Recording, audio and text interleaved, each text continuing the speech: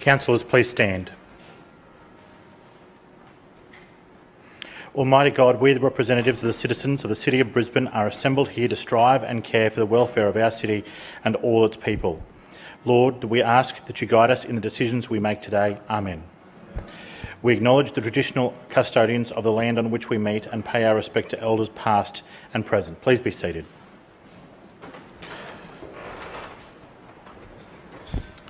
I declare the meeting open, and I remind all councillors of your obligations to declare material personal interests and conflicts of interests where relevant, and the requirement of such to remove yourself from the council chamber for debate and voting where applicable. Councillors, are there any apologies? Councillor Richards.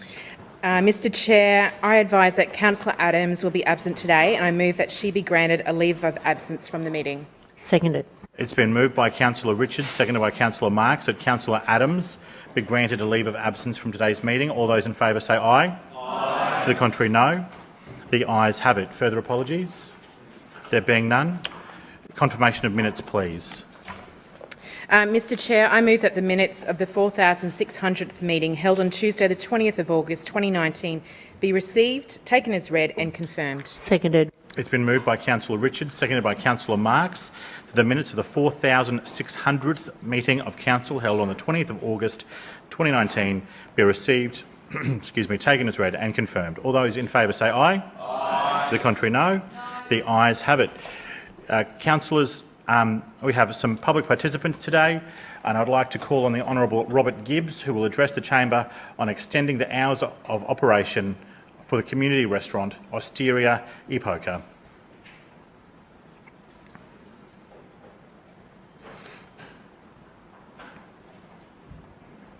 Point of order.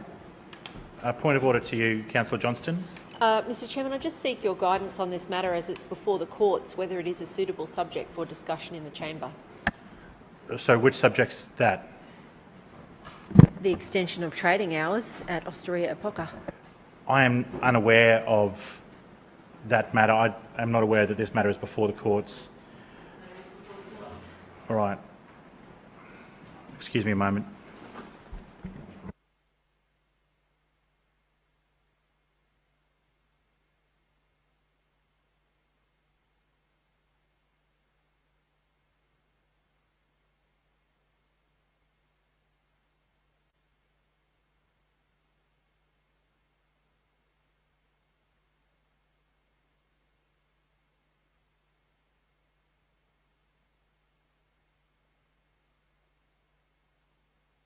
Apologies, Mr Gibbs. We just have to seek guidance from the City Legal Advisor. Lord Mayor, could I please ask that you use your power to amend the agenda so that the ladies who are in the antechamber can address the room before Mr Gibbs, and hopefully by the end, at the conclusion of their presentation, we'll have a response and be able to continue. Thank you, Mr Chair. So I move that we do amend the agenda so that the second speakers can go first while you seek that advice. Seconded. Thank you. Apologies, Mr Gibbs. Just while we're clarifying this, I wouldn't mind if you just please go to the antechamber and we'll just have you hold there while we wait on this advice. But to keep the meeting moving, we'll bring the ladies in.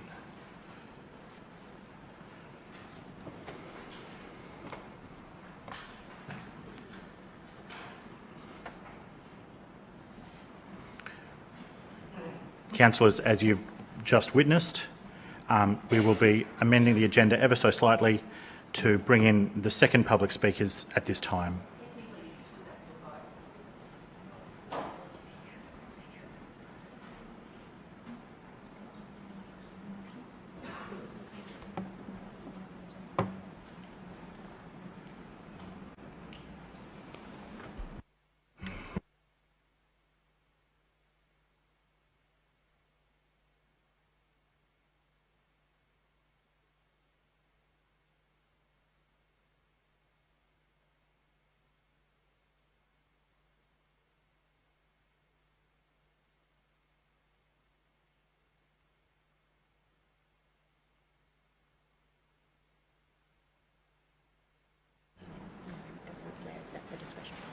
Thank you. Ladies, apologies for bringing you forward a little bit earlier than I'd said before the meeting, but if you could please come forward And the ladies here today are Ms Sonia Colvin and Ms Adrienne Logan, who will address the chamber on domestic violence and elder abuse within the community.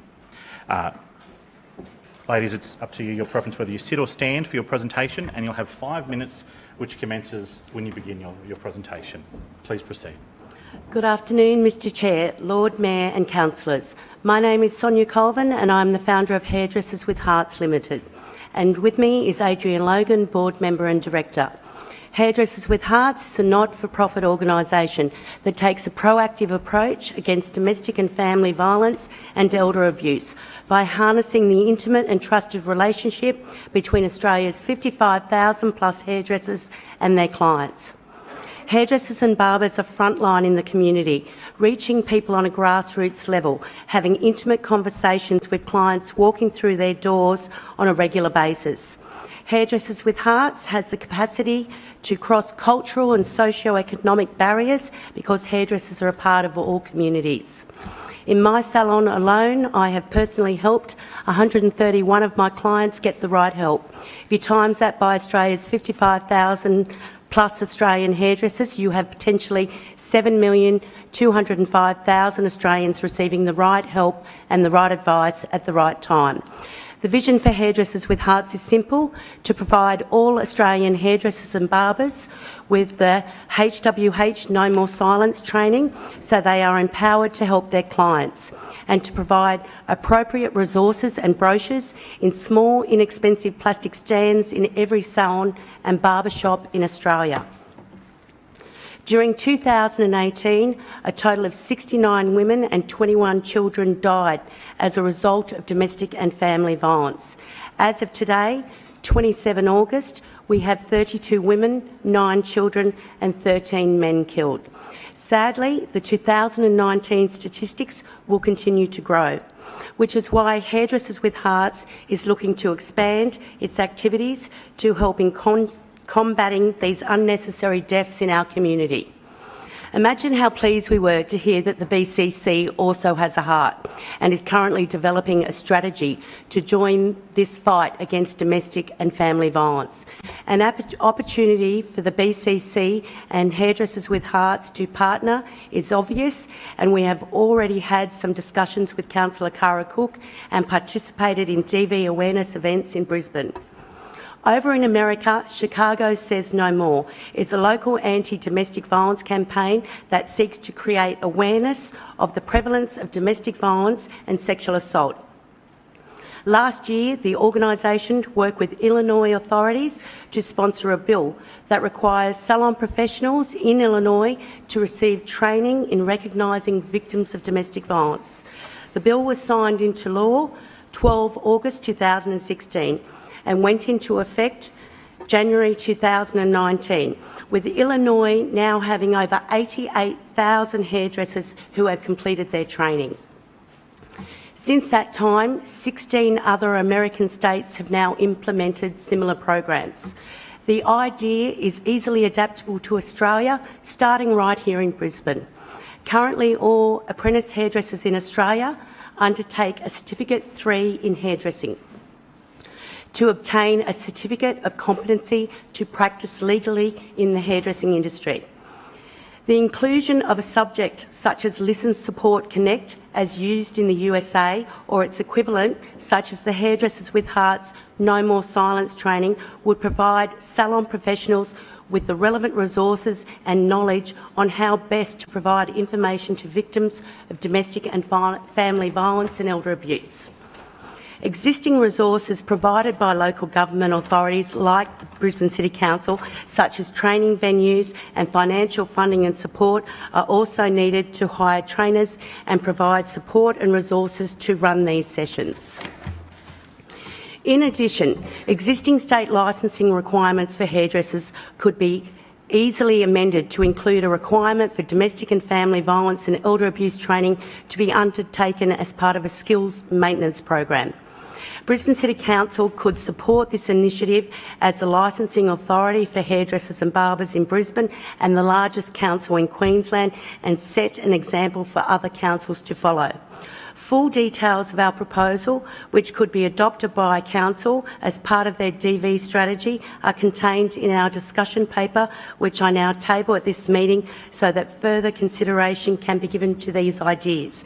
Together, we can make a difference. Thank you so much for your time today. Thank you. Thank you, ladies. I'll now call on, I believe, Councillor Allen. Excuse me, Councillor Allen, please respond. Thank you, Mr Chair, and thank you very much for coming in and addressing the chamber today on this very, very important issue. I want to congratulate you for the work you're already doing in the wider community in the domestic, family and elder abuse domain. It's a topic that's unfortunately prevalent in our society, and the work you do as a group is great. And I did take the opportunity to pop onto your website and your Facebook page and do a little bit of research, and the activities that you're doing are absolutely first class. And it did occur to me once I started to read the website that the relationship that hairdressers and barbers have with their clients can be quite a unique one. And I think it's a terrific idea to actually have identified that relationship and to be able to leverage it. Some people are quite forthcoming, I guess, when they're having their chats with their hairdressers, and others sit there fairly stern-faced and just get over it. But no, in a lot of instances, it's a terrific opportunity to chat. And I commend you in realising this opportunity was there and looking to develop the tools to allow hairdressers just that little bit of training to spot an issue, tease it out, and then to be able to provide the right advice. So I think you've got a big goal to provide every Australian hairdresser with the No More Silence training is a big challenge, but I am quietly confident that you'll make terrific headway on this objective, purely because it's so practical and so logical. That relationship is there to be used and leveraged to the benefit of your clients. As you would be aware, in May, this chamber voted unanimously for Brisbane City Council to develop a domestic violence and family violence strategy, or prevention strategy, I should say. And we're working in a non-partisan manner to progress this piece of work. We are conscious that in our wider community that domestic and family violence is a reality, and as you pointed out, it doesn't seem to be abating.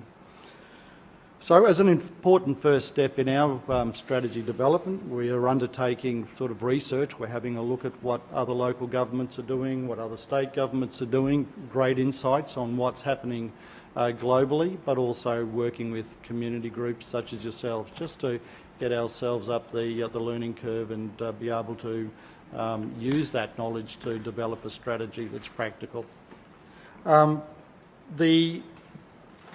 From our perspective now, it's very much about gathering that information, so I look forward to receiving your paper. Council already does undertake quite a lot in this space. We're already providing grants to assist community groups who are active in this domain, and in fact in this chamber last week we provided funding of $25,000 to support a group that's active in this domain. So we're here already. We've also contributed funding to services like the Women's Legal Service to help them with some of the elements of their program. Council produces a women's safety card that provides them with information around emergency services, phone numbers, contacts that they can use in times of emergency. And we also have an extensive program for our internal employees in Council, which directs them to services that can assist them if they are subject to domestic violence. So, Council, that's a little bit of a snapshot of what we're already doing. We clearly believe we've got a bit more to do and are embarking on that path. Very, very keen to get your input that we can then sort of feed into our strategy development.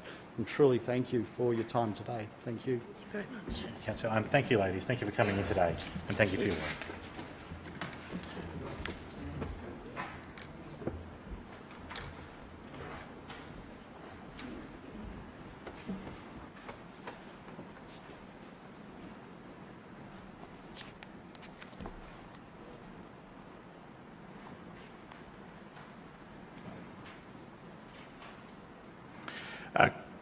Councillors, I will now bring Mr Gibbs back to the room. I have advice from the City Legal Officer that Mr Gibbs may proceed. So just to be clear, point of order, I'm sorry, Mr Chairman. Yep, point of order to you, Councillor Johnston. Just to be clear, even though this matter is before the courts, you are going to allow debate or discussion It of won't it. be debate, it'll be a public presentation. We have had in the past public presentations about DAs that are before the court. Yep. Okay. My concern is that the councillors who speak must be mindful of that fact as well, more so. Mr Gibbs, please proceed. Please welcome Mr Gibbs. Mr Gibbs will be speaking on the topic of hours of operation for the community restaurant Osteria Epoca. Mr Gibbs, you have 5 minutes. You can sit or stand and your time begins when you begin. Please proceed. Thank you, Mr Chairman. Lord Mayor, councillors, thank you very much for your time this afternoon. I'm appearing here today to speak on behalf of Mr Lorenzo Nobilio, who is the owner of the restaurant Osteria Epoca at Yeronga. This has been a wonderful asset to our local community. He's a known donor to good local organisations and causes. He's a good citizen in our community. He runs a very, very excellent business. The age group that primarily support this restaurant are my age, the elderly, and of course those of not so elderly. But it certainly is not a clientele that is representative of a young group or even those in their middle 20s. There is no music, no background at night. On many occasions I have in fact gone up on a Saturday night and stood on the footpath at the back of the restaurant outside of the house where the complaint has come from. It's been only one complaint. And I cannot pick up a noise problem whatsoever. The major problem is, if there's a noise problem, it's from the aircraft going overhead because we're on the flight path of the Brisbane airport. He's offered up, I think, a very sensible compromise. On Wednesday and Thursday nights, he trades until 10 o'clock. All he's asking is that on his two busiest nights of the week, Thursday and Friday and Saturday nights, that be extended by 1 hour until 11 p.m. I mean, I'd ask most of you to consider the situation when you go to a restaurant yourself. A lot of people these days don't go out until 7 o'clock. They sit down at 8. By the time you order your meal, it's 8:30. 9 o'clock, the staff have got to come around to you and say, look, can you please hurry up and get through your meal, or if you're going to have another bottle of wine, you're going to have to gulp it. It's just not a good situation for this business to be in. He's outlined something like $425,000 an investment in this business and another $100,000 to boot in legal fees thus far. He employs 20 people, 10 of them come from within our local community. This place really has become almost like the glue of our local community. It supports a group who go there for a social outlet. We all know the aspects that's happening in our communities these days with mental health issues. This gets people out of their homes, elderly people, to go out for a social evening and mix with other people. As I said, there's no problem. It doesn't cause a real drama in our local area. Liquor Licensing Division of the government have no problem with this place at all. And if I could just perhaps make a comment on that, and I don't wish to go into my own background, but I actually did the major changes to Queensland's liquor licensing laws many years ago. There have been some amendments to that since, but very few. Those licensing laws were brought into line so that we could have good community organisations where we could cater to our tourist industry, cater to locals. It was that old when I reviewed it. For example, it still had a provision in it for chamber pots to be held under beds in hotels. We updated it. It's now, I think, a great act. As I said, a number of amendments have gone through. I can't think of a licensed premises in Queensland or in Brisbane more specifically that has to change or shut their doors at 10 o'clock at night. It's a ridiculous situation. We understand if there's a person there who feels affected, we don't want to abrogate that person's right or overrule them. All we're asking is a compromise, which is the most sensible thing in a situation such as this. 2 more hours of trading a week until 11 o'clock on Friday and Saturday nights seems to me to be a very, very sensible approach to solving this situation. I've talked to many people in the community who love going there. They support this place with a passion. It offers something very unique in our area. We love it. As I said, you'd put this place in international class almost. That's how good the food and the wine list is. And it's become an institution in our area, and one which I would ask you to give serious consideration to being able to operate on those different hours. Thank you, Mr Chairman. Thank you, Mr Gibbs. Can I call on Councillor Burke to respond, please? Thanks, Chair. Thank you, Mr Gibbs, for coming in and addressing Council this afternoon. For those in the chamber who aren't aware of the history of this site, Council received an application on the 31st of October 2016 for a restaurant, wine bar and delicatessen at 17 Orients Road, Yeronga, known as Hysteria Epica. This was a code-assessable application which proposed the retention of existing commercial character building, converting 3 of the 4 tenancies into a new restaurant, a new dining area, additional on-site staff car parking, boundary fencing and a 2-metre deep white planting buffer to the adjoining residential houses. There was an information request issued by Council on the 17th of November 2016 requesting additional information on noise modelling, relocation of refuge storage and the location of outdoor lighting to minimise impact on residential neighbours. The applicant responded to these issues on November 29, 2016 and the development application was approved in January 2017. It's also, I think, important to note that there was 23 submissions on that development application, even though it was code accessible. There was 12 against and 11 in favour of the proposal. In June 2017, a minor change to the approval was lodged requesting changes to the on-site parking and manoeuvring, refuse collection, acoustic treatments to the property boundary and additional landscaping. Following an assessment, the minor change was approved on the 16th of March 2018. An additional change to the application was lodged with Council on the 19th of September 2018 requesting for an extension of operating hours for the restaurant. The applicant requested the indoor dining hours be extended from the original conditions, which were indoor hours of operation. The hours of operation of the food and drink outlet are limited to 6 a.m. to 10 p.m. Wednesday to Saturday and 6 a.m. to 4 p.m. Tuesday and Sunday. The applicant requested the operating hours be allowed from 6 a.m. to midnight, 7 days a week. Council's independent planning officers went through and came up with a decision on that with a modified set of trading hours, which is the current trading hours that are approved as part of the development application. As part of development applications, as you would understand, Mr Gibbs, Council has to undertake consultation with residents and seek their views and see what their concerns are. We also have to see what the concerns of a local councillor is. This decision that Council has made on the amended hours is now before the court, and given that the court is considering this matter, I'm not going to speculate upon any of the points that you have put forward, but we will, as Council does, wait for the processes that are allowed for inside the Planning Act set by the state on the way to resolve these matters where the applicant has taken Council to court on a decision. Thank you again for coming in this afternoon. Thank you, Mr Gibbs. Mr Pearson, just go to the door. Thank you, mate.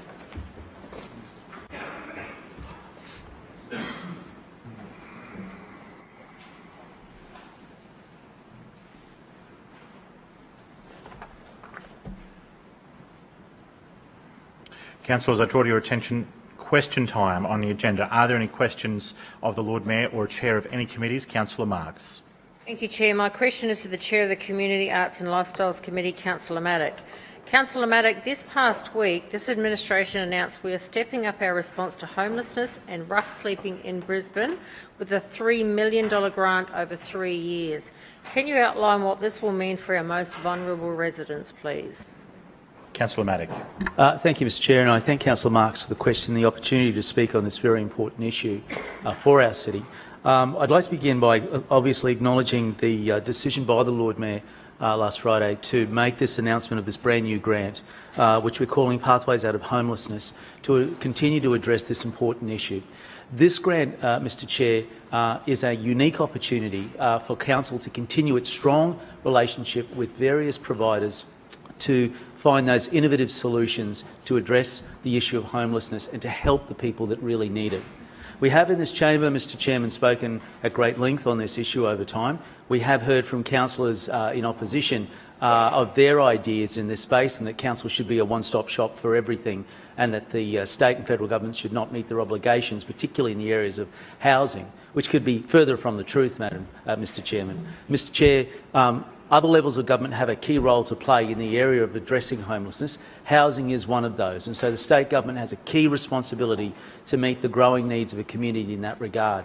But council also continues to do its heavy lifting in regards to this important issue. As councillors know in this chamber, council commits $1.8 million, particularly in this current financial year, around continuing its strong support of addressing the issue of homelessness through Homeless Connect, our public space liaison officers. The decision by the Lord Mayor to double the number of officers out there has seen significant improvements in that area, but also we have partnered even further with micro projects in that space to have them out with us so that we can continue to provide that level of support and services to all of our rough sleepers.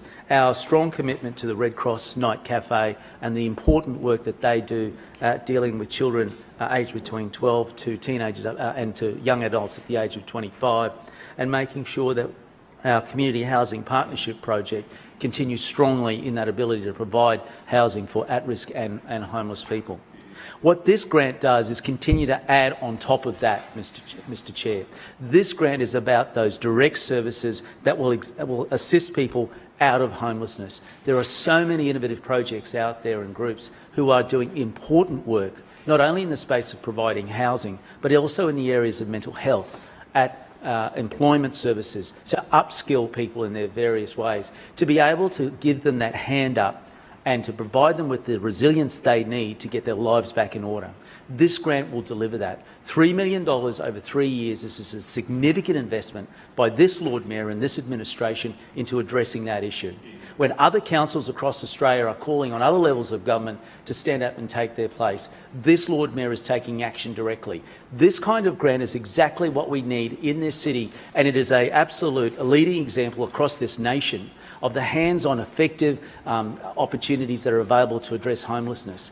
Rather than those opposite who speak big but do little in this space, particularly the Greens councillor who treats this issue as if he is the only one that cares, the only one that listens, and the only one that's doing anything, nothing could be further from the truth. It is this Lord Mayor, this administration and this council that is getting on with delivering this important grant. And I look forward, Mr Chair, to all of the grant applications that come in to council, starting from December and moving forwards, so that we can make sure that we are addressing this issue.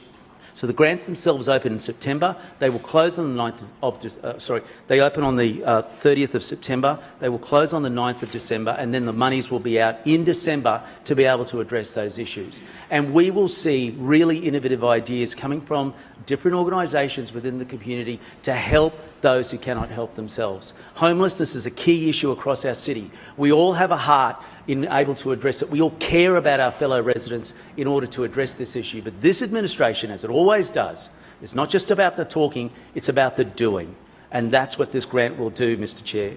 By being able to provide realistic and practical opportunities for different organisations to provide that level of support, this will get those outcomes. There could be, Mr Chair, so many opportunities out there, so many different groups. We've seen just examples of the speakers before in the area of domestic violence. There are so many groups out there in the area of homelessness that are looking at innovative ways to be able to help people retain their dignity, return it back to them, and empower them to get their lives back in order. No person is born into homelessness, Mr Chair. Something happens in someone's life to put them there. And as an organisation and administration, we want to work with community organisations to get them back to where they belong to be, to give them their dignity, to give them their lives, to empower them back into community. And so by looking at this particular grant, we are currently... Councillor Maddock, your time has expired. Thank you, Mr Chair. Further questions? Councillor Cummings. Chair, my question is to Lord Mayor. Lord Mayor, on 30th of June, you posted on Facebook, "1 year ago, we teamed up with Lone Pine Koala Sanctuary on a mission to protect our precious koala population through critical research at the Brisbane Koala Science Institute. I'm looking forward to celebrating many more milestones on our path to make Brisbane Australia's koala capital," and posted a picture of you cutting a birthday cake. The quarterly report being debated today shows that on June 30th, you unquestionably must have known the koala search program was in tatters, with the provider being released for their inability to deliver what is described as research into key threats to koalas. Given the birthday cake stunt, why should Brisbane residents ever believe a word you utter if you're not prepared to give them the true story about the fate of this crucial research? Lord Mayor. Thank you for the question, Councillor Cumming, and it gives me a great opportunity to talk about the great work that is being done in the field of koala research here in Brisbane. What I can say is that the partnership with the Koala Science Institute at Lone Pine continues on, and we are very proud of that facility, and we're proud of the fact that it is one-of-a-kind facility, not only in Australia but in the world. What I can say, though, is that since we announced that, we've actually partnered out with other organisations to expand the field of research, with universities as well. And so what we expected to do in the beginning has now even broadened further, and we are partnering with some of our great universities to expand the program. And so there is more happening than we anticipated, and we are working with more organisations than we anticipated. And I can say that it will give us great pleasure to report back on the results of some of this research in the future, because we are the administration that is leading the charge when it comes to koala research, protecting our koala population, doing more than ever before. And so whether it's about buying bushland to preserve it and creating new nature reserves, something which the Labor Party criticises all the time, whether it's about trying to stop the state government selling off their bushland, which they seem to be doing all the time, or whether it's about investing in tree planting programs across the city and creating new koala food tree areas right across Brisbane in critical areas based on research, or whether it's about the work that Council's doing to determine koala populations and where they roam, through use of, for example, the sniffer dogs that are out there to detect koalas, something that Council is working on, or whether it's about our new programs for tracking koalas' movements across the city. We are investing like no administration has ever invested before. We are making sure that we know more about our koala populations so we can do more to protect them. Every day, these days, I'm driving around the city and seeing all of the VMS signs up. Have you seen them around? Alerting people in areas where there are known koala populations to drive safely. This new program with the signage that's up, with new programs to install fauna fencing to make sure that fewer of our native wildlife are being hit on our roads. We certainly have the runs on the board. And when it comes to our partnership with the Koala Science Institute and Lone Pine, we are very proud of that partnership. That partnership continues. We will continue working with them. But our investment in koalas and koala research is certainly not limited to that. And it's broadening out all the time. And as I mentioned, we are now partnering also with universities in that field as well. Further questions? Councillor Toomey. Thank you, Chair. My question is to the Chair of City Planning Committee, Councillor Burke. Councillor Burke, the final Adelaide Street vision is now out for public consultation, giving residents the opportunity to have their say on the revitalisation of this busy city thoroughfare. Can you outline how residents can get involved and how this administration is making the Brisbane of tomorrow better than the Brisbane of today? Councillor Burke. Thanks very much, Mr Chair, and I thank Councillor Toomey for the question and the opportunity to update the chamber on the feedback that Council has received as part of the draft Adelaide Street vision. Adelaide Street has played a vital link in our city's transportation needs for 100+ years, Mr Chairman. Obviously, it carries now a large amount of public transport, pedestrians and services, and connects parts of our city together. But it is also part of the retail heart that is the City of Brisbane, and one of our cherished civic spaces as well. And so, Councillor Toomey, as you said, we undertook public consultation from via information sessions, online survey, or providing comments directly on Council's website. And the feedback was positive and very clear, Mr Chairman. Residents supported our plan to evolve Adelaide Street into a walkable, tree-lined boulevard, weaving together retail, key civic spaces with a world-class public transport experience. As Councillor Cooper says in this place quite often, we might be drivers, we might be cyclists, but every single one of us is a pedestrian, Mr Chairman, and that's why making sure that Adelaide Street is a more pedestrian-friendly environment and facilitates that growth in public transport use is very important. So the vision delivers wider footpaths, uncluttered and not subject to crowding around the bus stops, Mr Chairman. It will create a grand arrival from Central Station to Adelaide Street and deliver improvements to small spaces, arcades, laneways across the length and breadth of the street, Mr Chairman. What is also important is making sure that the traders are engaged and involved in this, and I was pleased to see them having their say, and they're providing their feedback as part of that consultation, because obviously we want Adelaide Street to be a vibrant part of our CBD heart. It was, of course, back in the City Centre Master Plan that the need for this vision was first identified. And then, through the work that's being undertaken by this administration to deliver the largest public transport project on the books here in Brisbane, the Brisbane Metro by Council, being delivered by Council, that we need to upgrade and improve the experience in Adelaide Street. Well, Mr Chairman, all of that has been undertaken in terms of the consultation and engagement. Where to from here? Well, as part of Brisbane Metro, we will now be looking to incorporate the outcomes from the Adelaide Street vision. The sad thing, though, Mr Chairman, is that this wonderful transformational public transport project that does not require one brass razoo from the state government, all it requires is a couple of signatures, Mr Chairman, a couple of approvals from the state government. The upgrades to Adelaide Street, just like Brisbane Metro, are being held up by the state government down in George Street. The residents of Brisbane are being denied wider footpaths, safer access, better public transport. The traders are being denied those outcomes as well, Mr Chairman, because the state government can't get on board with Brisbane Metro.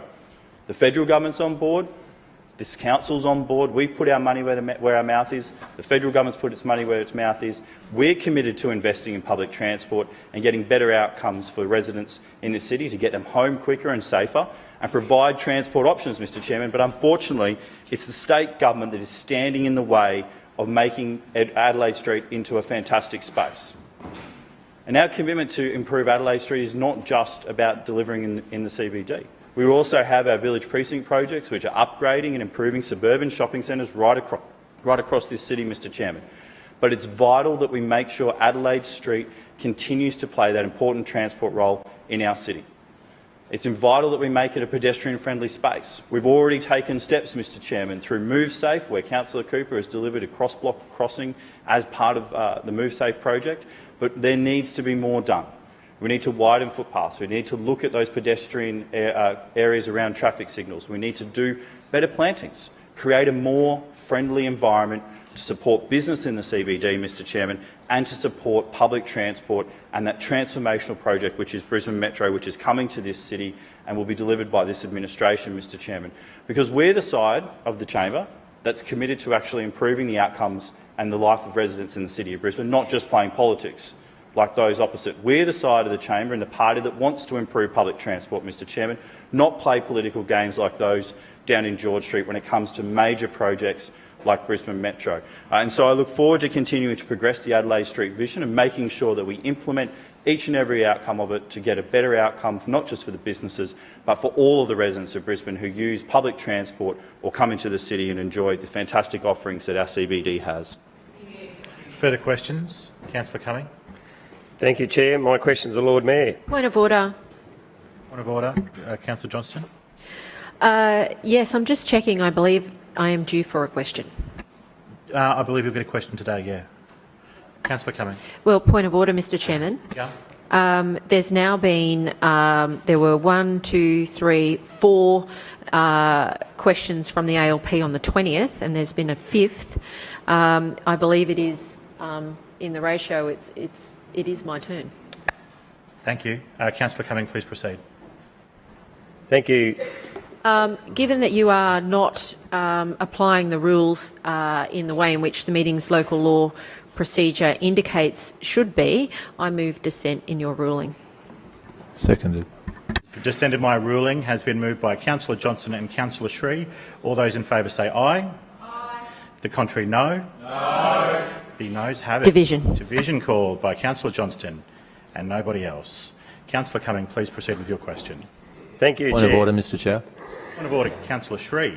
I just want to clarify for my understanding, is it the case that your approach is to give 5 questions to the Labor councillors and then 1 to each of myself and the independent councillor? I'll explain my reasoning. Each week there will be 3 Labor questions and 1 independent or Green question from the opposition side.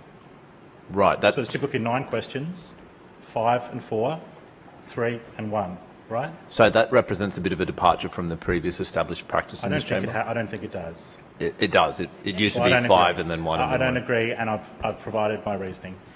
Councillor Cumming. Thank you. Point of order, Mr Chair. Point of order, Councillor Sri. I dissent in your ruling. Seconded. Councillor Sri dissents in my ruling, and it's been seconded by Councillor Johnston. All those in favour say aye. Aye. To the contrary, no. Division. The Division. noes have it. Division called by Councillor Sri and Councillor Johnston. Ayes to my right and noes to my left. Please ring the bells.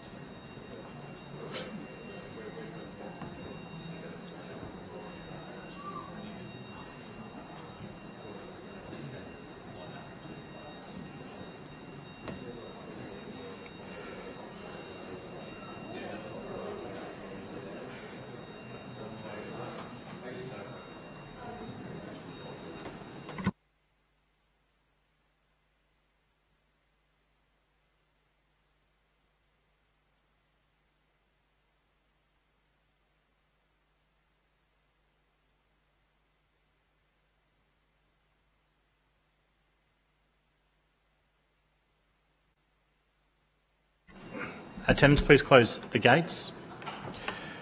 And clerks, please read the result. Mr Chair, the noes have it, the voting being 2 in favour and 24 against. The noes have it. Please return to your seats.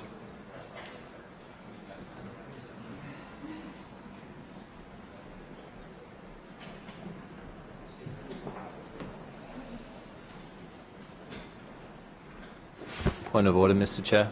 Point of order to you, Councillor Sri. I don't want to labour the point, Yeah. but I do just want to emphasise that based on the description you've just provided of how you're allocating, you're not allocating opposition councillors on questions on a pro rata basis. And I disagree with your reasoning, and I would encourage you to review and reflect on previous weeks that the proportion of questions that you and Councillor Johnston receive is correct. I pay attention to these things. Sure. I, as you would hopefully have experienced, I bias towards fairness as best I can. However, you would, in proportion, you would receive every 7th opposition question, Sure. as would Councillor Johnston. I won't argue Because the- you're 1 in 7, you get every 7th. I won't argue the point now, but I just ask Okay. that later you seek advice about that and just clarify that you're 100% sure about that, because I think you might be mistaken. But thank All you. right, thank you. Councillor Cumming. Thank you, Chair. Chair, my question is to the Lord Mayor. Lord Mayor, last week in your remarkably strident defence of Councillor Owen's ratepayer-funded $300 return cab rides to Boondall concerts, you claimed the guidelines were introduced in 1983 when you were 1 year old, so you knew nothing of it and it was all Labor's fault. I table a copy of AP 193, Taxi Usage and Cab Charge Taxi E-Ticket Procedure, which governs the use of cabs by members of the E&C Committee and all other council employees. It clearly states that the policy was reviewed on the 24th of June 2019. While you were Mayor of the City, why did you tell ratepayers the policy was a relic from 1983 when it clearly had been reviewed on your watch? Lord Mayor. Thank you for the question, Councillor Cumming. I was simply pointing out that this was a very, very long-standing policy. It was a very long-standing situation that committee chairs have access to a cab charge card, and it was something that was introduced by a Labor administration. Because you can see that when there's an election approaching, the opportunists in the opposition will suddenly decide that they don't like things that they were quite happy with in the past for political reasons. And that is exactly what is going on here. So I simply pointed out that it was actually a Labor administration that introduced this, to the best of our knowledge, going back through the records. And I have the E&C report here at the time from that meeting on the 14th of March 1983. Where that system was confirmed. But what I will say is that my comments in the past were absolutely appropriate, because it is always prudent and responsible to take a look at what's happening, to make sure that the guidelines are clear. And I don't believe that they have been made clear enough. And so I committed in this place that we will introduce very clear, crystal clear guidelines so that there is no doubt about what these things can be used for. In the end, as I said... Councillors, please allow the answer to be heard in silence. As I pointed out, Labor councillors have no concerns when state ministers are chauffeured to and from sporting events in the ratepayer-funded car or the taxpayer-funded car. They don't have a problem with that. They don't have a problem with that. But suddenly there's an election coming, so they want to con people into thinking that they disagree with this, when we know that they don't. We know that they don't. And we know that they brought this system in place. They were happy with this system until suddenly they thought they could score a few political points. So the reality is... Okay, councillors, the answer will be heard in silence, please. Lord Mayor. The reality is it is appropriate for committee chairs to have access to multiple ways of getting around to do their job in their role as chairs and as councillors. And we are going forward making... Councillor Johnston, please cease interjecting. Lord Mayor. Making sure that there are no grey areas and that it is crystal clear on what this can and should be used for. That is what I said last week, and that is what I am confirming this week, and I think our position is absolutely clear. Further questions? Councillor Richards.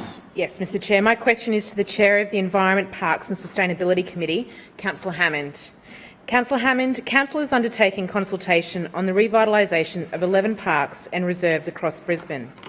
How is this administration maintaining a clean and green Brisbane while giving our residents more to see and do? Councillor Hammond. Thank you, Mr Chair, and thank you, Councillor Richards, for the question. This Lord Mayor, Adrian Schrinner, and this administration is committed to creating more to see and do, more recreational opportunities, and encourage Brisbane residents to get out and explore our beautiful, clean, green city and what it has to offer. Council has identified 11 parks, Brisbane parks, that will be enhanced over the next 3 years as part of a $72 million investment into parks and reserves. The 11 parks are Combsley Recreational Reserve, Grinstead Park, Shan Street Park, Corbett Street Park, Capera Bushland Reserve, Wembley Park, Wishart Community Park, Chalk Street Park, Mount Cravat Lookout Reserve, Stevens Mountain Reserves and Eldons Hill Reserve. These parks and reserves cover 296 hectares in total, and I'm pleased that the Council is investing significantly in the renewal and activation of our suburban parks, with the full support of this Lord Mayor Adrian Schrinner. The projects will protect the existing green space across our city and create more to the people of Brisbane, and not only current residents of Brisbane, but for future generations. Brisbane residents know what their local community wants. They understand their local community. That's why this administration believe in going out and doing public consultation with our residents. They're our experts. So I look forward to getting the feedback from our residents to see what they want to see in their parks, how they want to use their parks in the future. We are going out to public consultation on these parks from the 3rd of September to the 22nd of September, but residents can have a say through their local councillors and also online. I would encourage every single one of the local councillors who are getting this investment put into their parks to go out and speak to their local community. Listen to what they want to see. I know, Councillor Wines, you're doing that this weekend, and I will be joining you and talking about Grinstead Park out there in Alderley. And I look forward to hearing what the residents of that area want to see, because we certainly do want to create a more healthy and active Brisbane. Get people out there and enjoy the green space that is provided. I would also like to end with thanking Lord Mayor Adrian Schrinner for putting this massive amount of investment into our parks to encourage people to come out, have a go. Let's see what there is out there. Thank you. Further questions? Councillor Johnston. Yes, my question is to the Lord Mayor. Lord Mayor, last week there was another serious accident at the intersection of Venner Road and Ipswich Road, Annerley. It is now 15 months since Council announced a review of Ipswich and Annerley Roads, the Ipswich and Annerley Road corridors, and 2 years since the Move Safe study identified Ipswich Road as a top 10 pedestrian safety hotspot. When will Council act to improve safety along the Ipswich Road corridor through Annerley? Do we have to wait until another person is killed?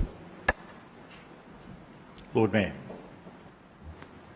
Thank you, Councillor Johnston, for the question. I acknowledge her concern about this matter. I acknowledge her ongoing interest, and I thank her for that. It is appreciated. Council shares the interest in this matter, and as has previously been... Councillor Johnston, the answer is barely 10 seconds old. Please allow the Lord Mayor to answer your question. Lord Mayor. Council shares the interest in this matter. There are a whole range of things that came out of the Move Safe report across Brisbane, and this is one of those things that we're working on.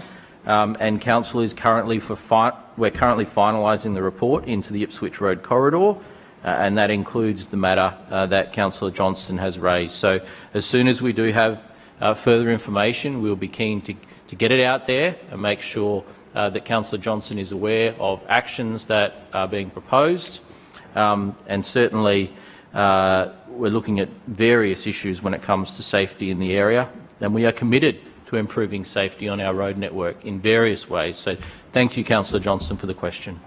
For the questions, Councillor Cunningham. My question is to the Chair of the Field Services Committee, Councillor Howard. Councillor Howard, in this year's budget, this administration announced the $30 establishment fee for green bins would be waived, making it even more affordable for residents to recycle their green waste. Can you outline for the Chamber on the uptake of this initiative and what Council is doing to create a clean and green Brisbane? Councillor Howard. Well, thank you, Chair, and I thank Councillor Cunningham for the question.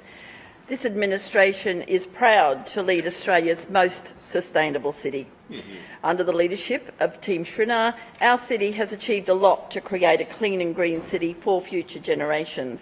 And we're particularly proud of the achievements we have made in waste and resource recovery space. It is under the leadership of the LNP that Council has developed and implemented a range of green initiatives in this space that once suffered from years of neglect under Labor. It was under this administration that we established Council's first ever waste minimisation team.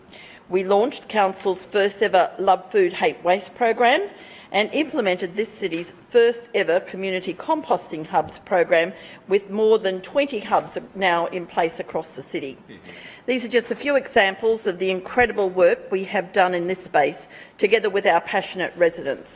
And it is because of their hard work that we have reduced the amount of food going to landfill, reduced the amount of recycling going into our red top bins, and reduced the amount of green waste going to landfill. Together we've achieved a lot, but there is always more to be done. And that is why Team Schrinner has waived the establishment fee for green bins. What this means is that it has never been easier or more affordable to recycle green waste and reduce waste to landfill. I'm pleased to report to the Chamber that in the short time that has passed since this initiative began on the 1st of July, more than 1,000 residents have ordered a new green bin to take advantage of this great opportunity to recycle green waste and reduce waste to landfill. Over 1,000 green bins ordered in less than 60 days, and that's over 1,000 new households who have decided to join our mission to keep green waste out of landfill and help create a cleaner and greener Brisbane.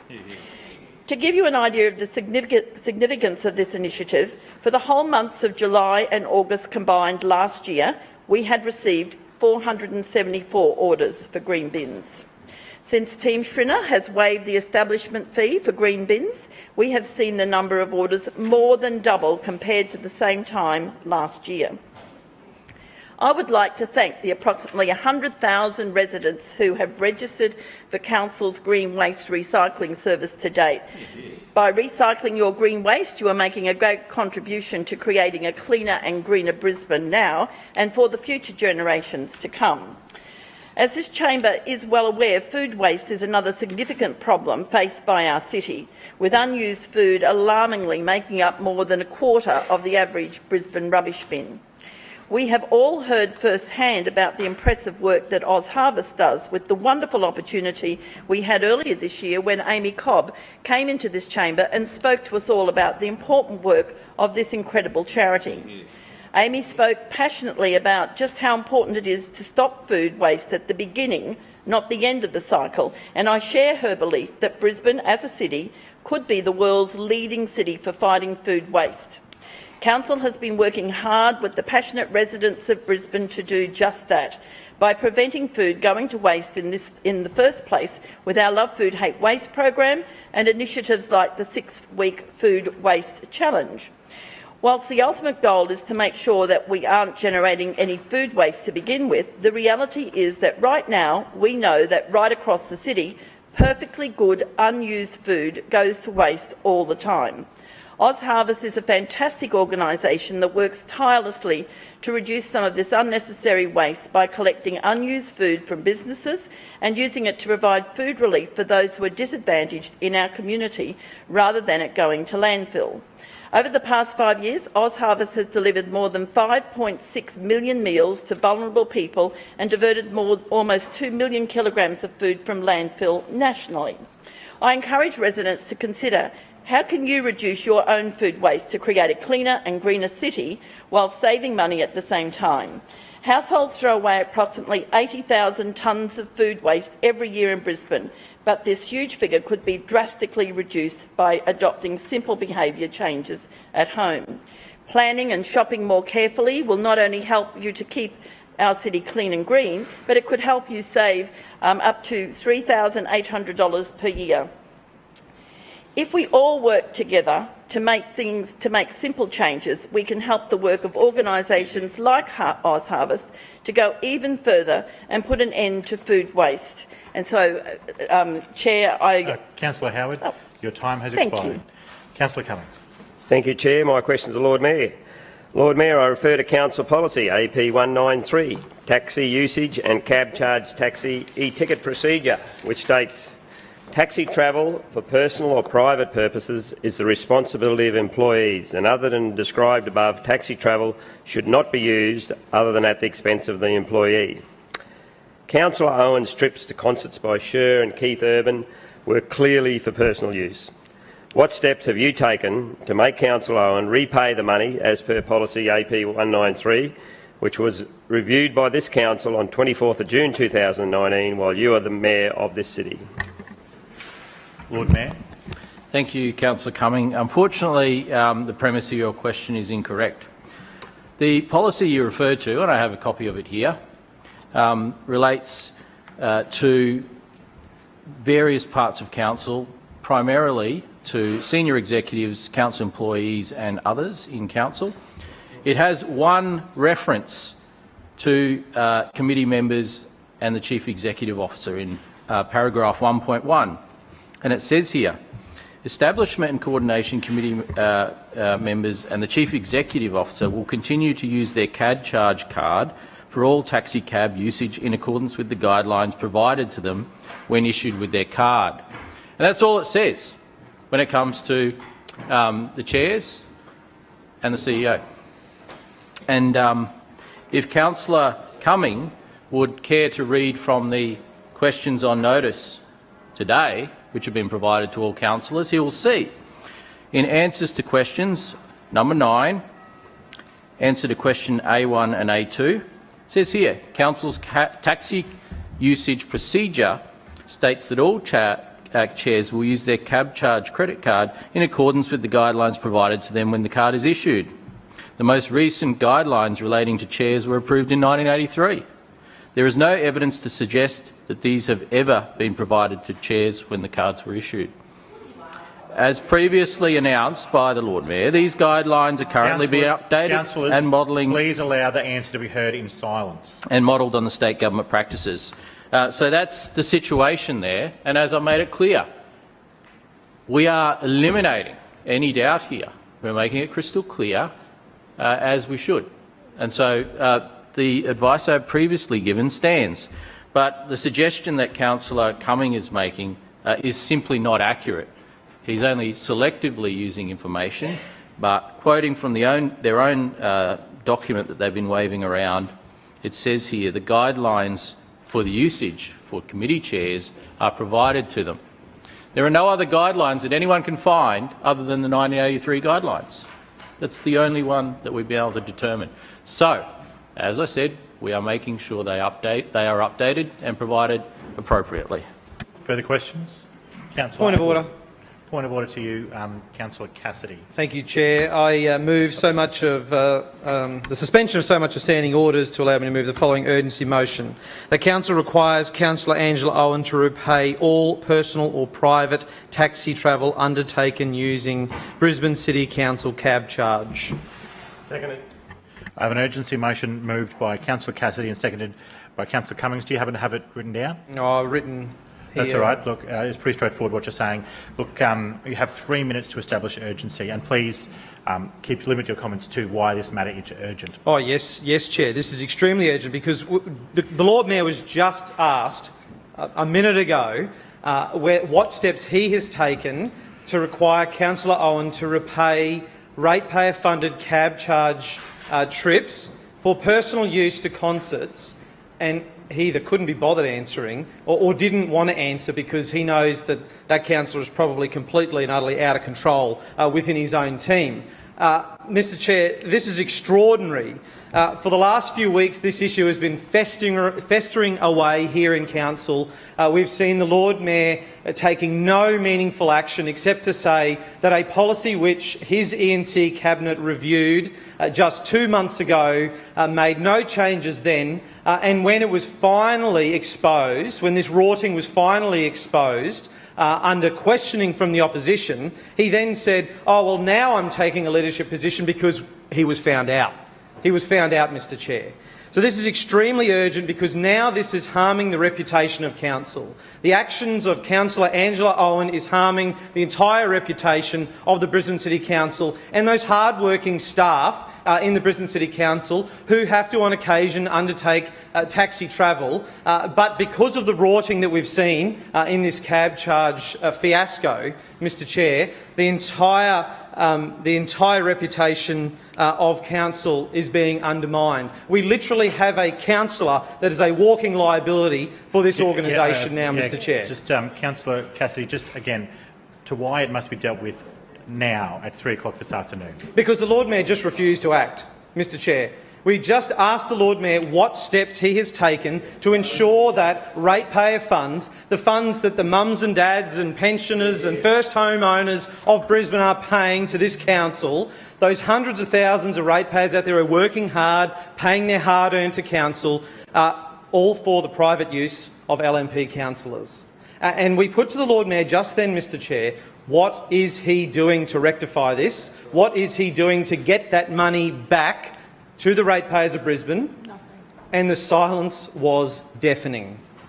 We have an extraordinary situation where it seems like every month there's another rort. Every month there's another rort. They're buying toys for themselves, drones to fly around, Mr Chair. They're buying Qantas Club memberships, and we know most of the chairs who have Qantas Club memberships aren't travelling on official council business. Councillor Cassidy, your urgency motion is about Councillor Owen in particular and cab charges in particular, and could you please limit your comments to the matter of urgency that's in front of us? A rort a minute in this place, Mr Chair. This has to stop. We have been asking the Lord Mayor to act for weeks and weeks and weeks, to show some leadership, and this administration is running a protection racket now for Councillor Owen because she won't do the right thing, and it is very clear, very, very clear, that this Lord Mayor will not stand up and do the right thing for Brisbane.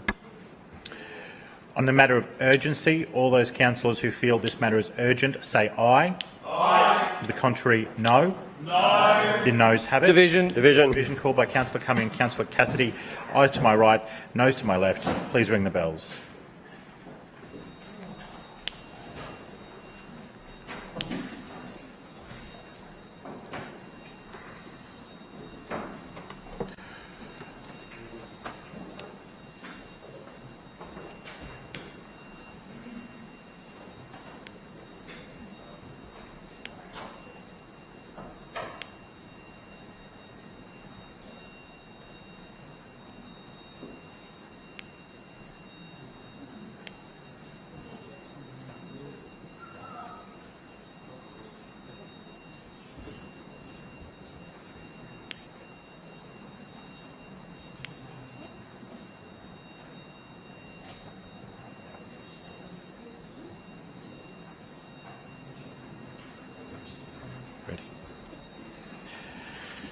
Attendants, please close the bars.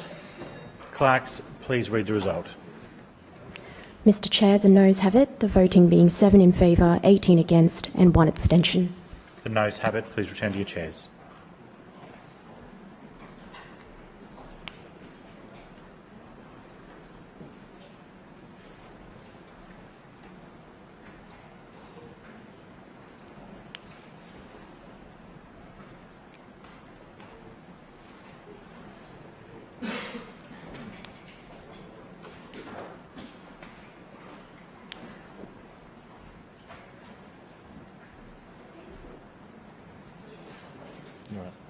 Point of order, Mr Chairman. Point of order, Councillor Johnston. Yep, Mr Chairman, I just would like to check on whether or not a councillor who is the subject of a motion where they have a financial interest in the matter, whether they have a conflict of interest and should be participating in the debate and voting on the said motion.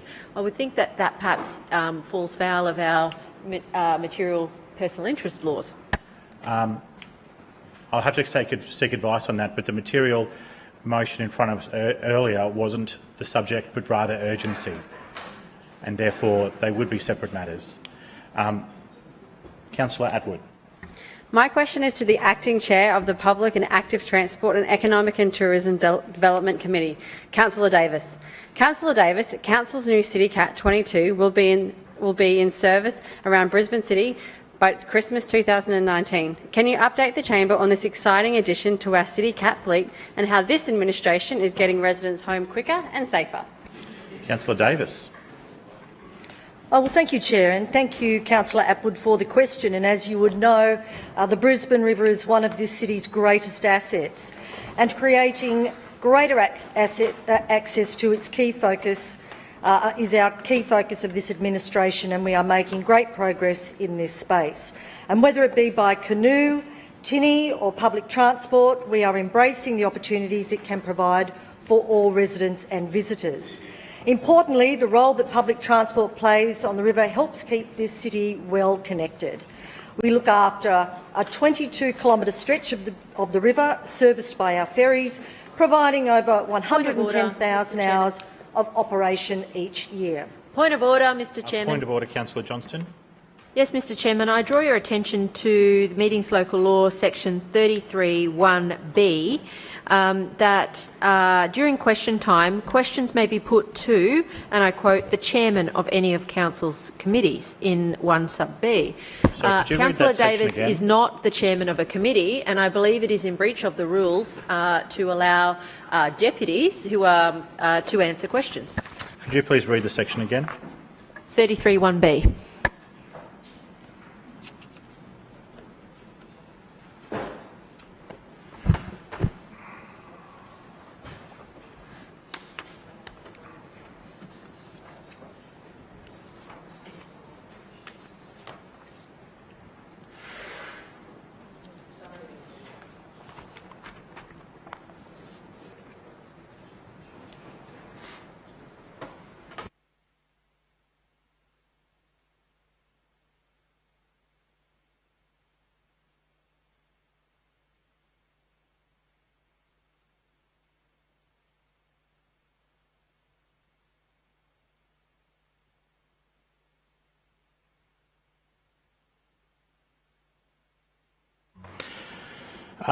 Because we have a formal apology for the Deputy Mayor, Councillor Davis for today is the acting chair, and I will allow her to answer this question.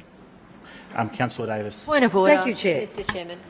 Yes, point of order to you, Councillor Johnston. Yes, could you point me to the Meetings Local Law rule or the City of Brisbane section that indicates that a deputy chair is an acting chairperson in the absence of the chairperson? Point of order, Mr Chair. Point of order. Councillor Owen, I might just deal with Councillor Johnston's... It may assist, Councillor, your decision, Mr Chair. I'm not a huge fan of taking submissions from councillors on matters under consideration, but I'll allow you to continue. But this is please go on. Thank you, Mr Chair. My understanding is that the City of Brisbane Act is a state legislation, and therefore any reference to the chair would also be decided in accordance with the Acts Interpretation Act, which would mean that the chair and deputy chair in the acting role would be the same.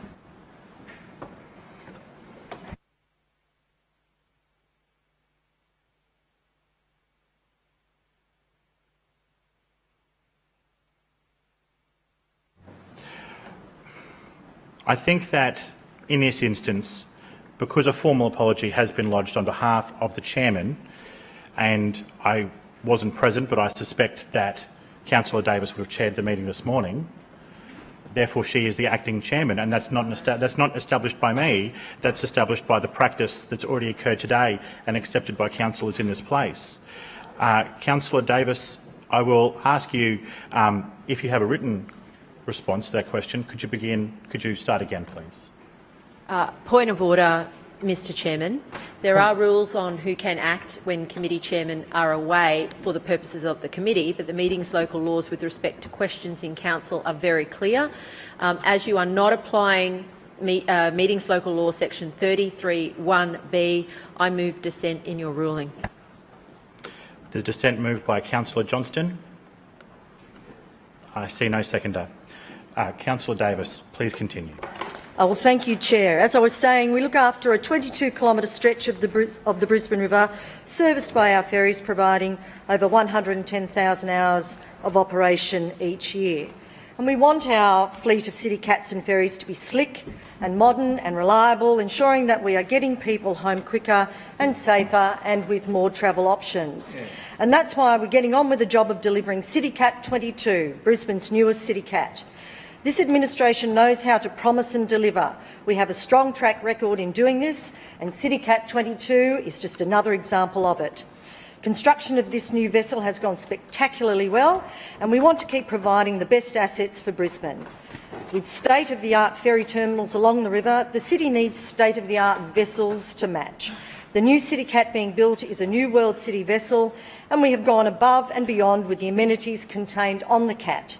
We have catered for 6 wheelchair spaces where the minimum is 4. We have also ensured that there is a low window line on the sides of the vessel, and this will allow those in wheelchairs and our younger users to be able to see outside of the vessel. Their view won't be interrupted by any bars or barriers. It will carry up to 170 people, with 16 expected to sit on the top deck, and it includes 4G Wi-Fi and USB charging points. And once on the river, our great seniors will be able to travel on it for free during the off-peak period, during the week. CityCats are a popular form of transport, with over 5 million trips per year taken on all our river transport, and that's why we're exploring new and better ways to carry more people. This year, the Lord Mayor announced a $30 million commitment to build 6 new CityCats over the next 4 years. This will make sure that travelling the river remains a safer, accessible and enjoyable mode of public transport. You'll see the first budget review we are bringing towards funds to get cracking on CityCat 23. When we are on a roll with the delivery of major projects, we like to keep the momentum going. So we will shortly begin procurement on the next vessel, and construction will begin on a brand new vessel this financial year. We have one of the most modern bus fleets in the country, and we want our ferry fleet to be just the same. It is these projects which make sure that the Brisbane of tomorrow is even better than the Brisbane of today. We are excited to continue this great program of works, which will make sure that residents and visitors alike have access to the best type of river transport in the city. Thank you, councillors. That concludes question time. I now draw councillors' attention to the Establishment and Coordination Committee report. Lord Mayor. Thank you, Mr Chair. I move that the report of the Establishment and Coordination Committee meeting held on Monday, 19th of August 2019 be adopted. Seconded. Been moved by the Lord Mayor, seconded by Councillor Richards, that the report of the Establishment and Coordination Committee meeting dated Monday the 19th of August 2019 be adopted. Point of order, Mr Chair. Point of order to you, Councillor Burke. Mr Chair, I would like to move that item D be taken seriatim for debate and voting purposes. And at the same time as doing that, I want to declare a conflict of interest with item D, Mr Chairman. I'm a director of LGIA Super, and for clarity, I've also excluded my. And for clarity, you've got a few of these wrong over the last couple of weeks. I'd probably keep my opinions to myself. Yeah, Councillor Burke. And for clarity, Mr Chairman, I've also excluded myself from decisions and discussions at LGIA Super about this matter as well, and I'll be excluding myself for item D from the chamber. Thank you. So item D will be taken seriatim for debate and voting purposes. Lord Mayor.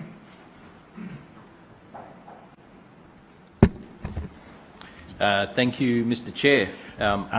Sorry, excuse me, Lord Mayor. Could we begin with item D, and I'll ask Councillor Burke to please leave the room. Okay. Thank you. So moving through to item D. This is the Defined Benefit Fund Contribution Holiday. What it essentially is that Council has traditionally and continually contributed a certain amount each year to the City Defined Benefit Fund. The fund is an old one and stopped accepting new members in October 1994. So it's not a fund that is growing in terms of membership, and in fact it is declining in membership over time. There has since been other funds that have come on board to service the needs of our city employees. But obviously, any member of this fund, we will continue to honour our obligations to those members going forward. As of June, there are 130 council employees who are still part of the fund. So we're talking an organisation with thousands of employees, only 130 are part of this particular fund. Every fortnight, council makes a $50,000 contribution to the fund, which equals approximately $1.3 million per year. Previously, Council had already made a $18 million contribution to the fund to offset any effects from the GFC. And I distinctly remember that. There was a time when the GFC had impacted on investment returns, and we had to top this fund up. we had to put in significantly more money to top this fund up to make sure that we honour our obligations to our employees. We are now in the other situation where there is a surplus of funding available based on our estimated needs in order to meet the obligations going forward. So the value of the benefit fund is more than enough to meet any future superannuation payments to employees who are part of this fund. LGIA Super wrote to Council earlier this year suggesting that Council undertake a contribution holiday where for a period of time Council will not make any contributions to the fund. This submission is accepting that offer for a contribution holiday. The $1.3 million in savings that Council will see as a result of the contribution holiday will be available for reinvesting in new initiatives. And we have heard today the two new initiatives that we are able to fund as a result of this. The first is the $1 million commitment per year for the next 3 years to the new Pathways Out of Homelessness Grants program. And the second is a $300,000 contribution to Oz Harvest and the fantastic work that they are doing in minimising waste in our city. And so this particular submission is pretty straightforward. It allows us to meet all of our obligations to our employees, and there is no question about that. There is absolutely no question about this, and it provides up opportunities to fund some new initiatives with the savings. So I think it is clearly a win-win situation and one that all councillors should get behind. Further debate on item D alone. Councillor Cumming. Thank you, Chair. Yes, we support item D. The fair value of the assets, according to the report, is $71.2 million. The defined benefit obligations amount to $54.7 million, so there's a substantial surplus there. There's far more money in the fund than is ever likely to be required within the next 3 years to pay out any benefits, and therefore we think that the proposed contribution holiday is appropriate, and we support the item. Further speakers on item D specifically. Councillor Johnston. Yes, I rise to speak on item D, and I certainly understand that many older style superannuation funds were defined benefit schemes. That's how it's worked in many public service areas, which can be extremely beneficial for those members over the term of their life. And I'm not begrudging a single worker any entitlement. However, my concern relates to the explanation that we've just had, which is that, as I understand it, the LGIA Super scheme runs this defined benefit scheme for council. They have been taking $1.3 million a year from council for, I don't know how long. I can't recall this matter coming previously, but perhaps it has. And we have been paying a huge amount of money in an environment where for the past decade, essentially, we've had almost record returns on superannuation investment. So most schemes, for example, last year had somewhere between a 5 and 10% return on good industry schemes, had a 5 to 10% return on balanced funds. So my question is, who's been asleep at the wheel with publicly funded money by claiming from council over the odds for the past however many years money that is massively in surplus to meet the needs of the defined benefit scheme, some $20+ million? And how is it that this council has not been keeping track of what is in this fund? And why is it that the local government, LGIA Super, has been lax in identifying that it has been taking money off council for many years without any need?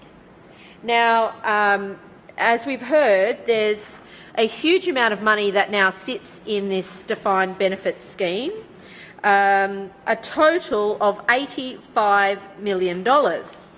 of which Brisbane City Council is responsible for some 71 million and a bit. So 84% of the total of the scheme. Now, what concerns me as an organisation that funds the LGIA super scheme that is administered for workers is that no one's been checking whether this has been done properly. And as a result, ratepayers' money has been paid over the odds for I don't know how long. I'd like the Lord Mayor to tell us how long the existing arrangement of $50,000 a fortnight's been going on with no one checking. I can only imagine, given it's been, Councillor Adams is probably off on her latest junket, and then Councillor Simmons, no one's been interested. And I can't understand why we're only asking for a 3-year holiday at this point either. Super schemes, well-managed super schemes continue to grow. Asset bases should not be shrinking. I can't imagine any super scheme sort of saying to residents, well, geez, I'm really sorry, we've lost the surplus 20 million we had and now we need you to pay more to cover up the fact that we've lost your money. That's not even happened here. So I really don't understand how this has happened. How is it that the LGIA super scheme has not been discussing this on a regular basis with Council to ensure that Council's ratepayer funds are being directed in a prudent way to provide for the retirement of 130 Council workers? And it's the prudence of what has happened here. So Councillor Burke's happy to sit on that board and snooze away, no doubt, take the money. But has he thought to ask the question about whether or not the funds, $50,000 a fortnight, are being well invested? It strikes me that there's a bit of a problem if he's not identified, and perhaps a conflict of interest, because it just, I cannot fathom that this has been going on for so long and no one's noticed. And if they had, the super fund here, I think, has a lot of questions to answer. Who is it in Brisbane City Council that should have been checking this? Why was this issue not identified earlier? And why have proper prudential steps not been put in place to ensure that the expenditure of ratepayer funds is done on a needs basis, appropriately, and to meet our prudent financial obligations? Because clearly none of that has happened. And if Councillor Allen is going to stand up and speak, perhaps he can advise us of the following. How many meetings have Brisbane City Council officers or chairmen had with the LGIA super scheme regarding the administration of this defined benefit scheme this year and in previous years? How often are reports provided to Brisbane City Council about the financial status of the defined benefit scheme? Who reviews the reports of the defined benefit scheme? Who makes the decision about how much money is invested into the defined benefit scheme? When was the last time that Council reviewed the defined benefit scheme payment obligations that are outlined in the report before us today? And finally, what steps are being put in place to ensure that this does not happen again? I think they are all very reasonable questions about how the financial governance of this council works, because clearly someone's been asleep at the wheel here, and we have paid massively over the odds of ratepayer funds for God knows how long when it was not necessary. Further speakers? Councillor Allen. Thank you, Mr Chair. I couldn't sit and listen to that without a response. Look, conservatively, super funds are basically conservatively managed. We currently have a $16.5 million surplus in this fund.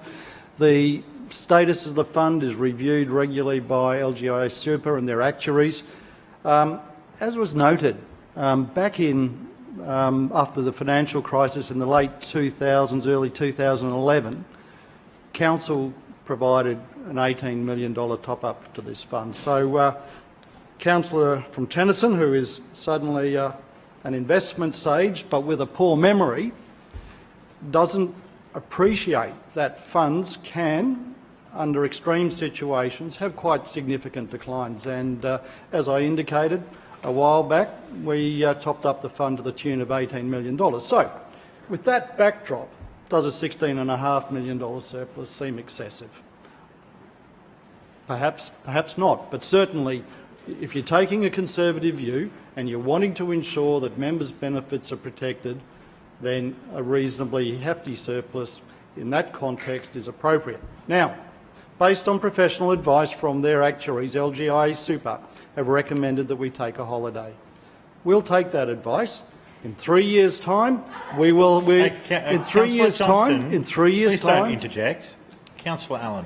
In 3 years' time, we'll review that decision, and if an ongoing contribution holiday is appropriate, we'll make it at that point in time. But at this stage, we're dealing with the information to hand. We're taking the advice of better qualified financial actuaries than the councillor for Tennyson, and at this point in time, I'm very happy to support this particular proposal. Thank you.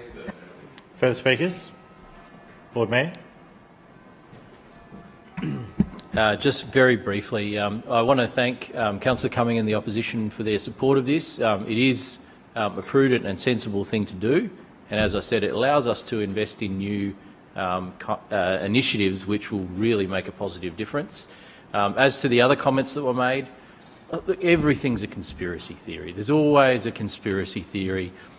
Councillor Johnson always knows better than anyone else. The reality is we're taking advice independently on this matter, as is prudent to do. Point of order. Point of order, Councillor Johnston. Yes, the Lord Mayor is misleading the chamber. No, the people running the scheme are giving him the please advice. cease It's speaking. not independent. No, that was an act of disorder. If you do that again, you will be warned. And if you do it a third time, you'll be excluded from the meeting. Lord Mayor. Thank you. Another claim of a conspiracy. The people running the fund on our behalf sought their own independent advice, which they have supplied. So everything is in order here, and everything has been done appropriately and prudently. And as has been pointed out, we've had to top up this scheme significantly in the past. We now, fortunately, find ourselves in a different situation, and that allows us to do some really important things out in the community.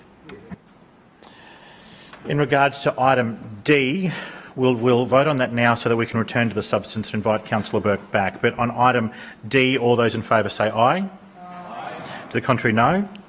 The ayes have it. Lord Mayor, can I invite you to address items A, B, C and E? And Mr Pearce, can you please invite Councillor Burke back? Lord Mayor. Thank you, Mr Chair. Item A is the major amendment package. As councillors are aware, the administration is absolutely committed to preserving our city's Queenslanders and traditional designs. The proposed major amendment delivers on our commitment to the future blueprint by delivering on some important key changes. It will make zoning and overlay changes to reflect the results of the Camp-Hill Zone Survey that Council undertook in late 2018.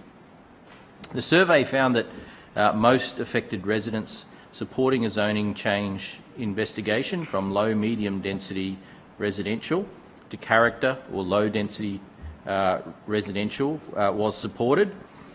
The amendment package will maintain and enhance Brisbane's heritage by the addition of new heritage places and heritage adjoining properties to the heritage overlay. The amendment will also protect Brisbane's character by updating the traditional building character overlay and the commercial character building overlay. Finally, we're also proposing the addition of new sites to the pre-1911 building overlay, which are currently protected by a TLPI. Should the chamber approve the item, the proposed amendment will move to the Queensland Government for a state interest review before proceeding to public consultation. Item B is the annual operating plan and quarterly report. The operating plan and quarterly report shows the position of the 2018-19 budget at the 30th of June this year. As of June, Council's assets had increased from $20.6 billion to $20.9 billion. even as we continue to deliver on key infrastructure projects. Those infrastructure projects are becoming assets for the people of Brisbane and adding to our asset base. Council achieved almost 90% spend on our capital program for public and active transport. Any underspend is not always a reflection of projects not being finished or being delayed, but can relate to projects being spread across a number of financial years, such as the Brisbane Metro, Wynnum Road Corridor Stage 1, and a number of key intersection upgrade projects. And in particular, the Ward Footpath and Parks Trust Fund, which is now known as the Suburban Enhancement Fund. Obviously, the expenditure there is linked very much to the priorities of local councillors, and there has been a significant carryover in that particular project. We've seen several important projects completed last financial year, including 2 new river hubs at Dutton Park and New Farm. We've upgraded the New Farm Park ferry terminal to allow for increased capacity and improved accessibility. The inner city bypass upgrade was completed. The Bracken Ridge and Darra BMX facilities were also completed, and they are just a few of the many projects that we have been delivering out across the suburbs of Brisbane and funded by last budget and also on an ongoing basis in the current budget. Item C is the procurement policy. Every year, Council updates and adopts a procurement policy and plan, which sets out how Council conducts strategic procurement and contracting. The major change in the procurement plan this year is to formalise the initiatives I announced in May to preference local suppliers in Council's contracting and procurement. The procurement policy now includes a target of 80% for Council's contract spend to be with local businesses. Last year, more than 60% of Council's contract spend was with Brisbane suppliers, and more than 75% was with South East Queensland suppliers. In addition, for contracts less than $250,000, Council will preference local and South East Queensland suppliers first. For any of our tenders, a weighting of up to 30% will be introduced for local suppliers. Since May, a number of Stores Board submissions have come to Council that have included a 20% weighting for local benefits. This includes the Indooroopilly Riverwalk, cleaning at Council sites, landscaping and asphalting contracts. Other changes to the policy include adding additional spend above the contracted amount for the waste levy for construction contracts. Finally, moving to item E, 1920 first budget review. So this is the first adjustment being made to the new financial year budget in accordance with what we would normally do around this time of year.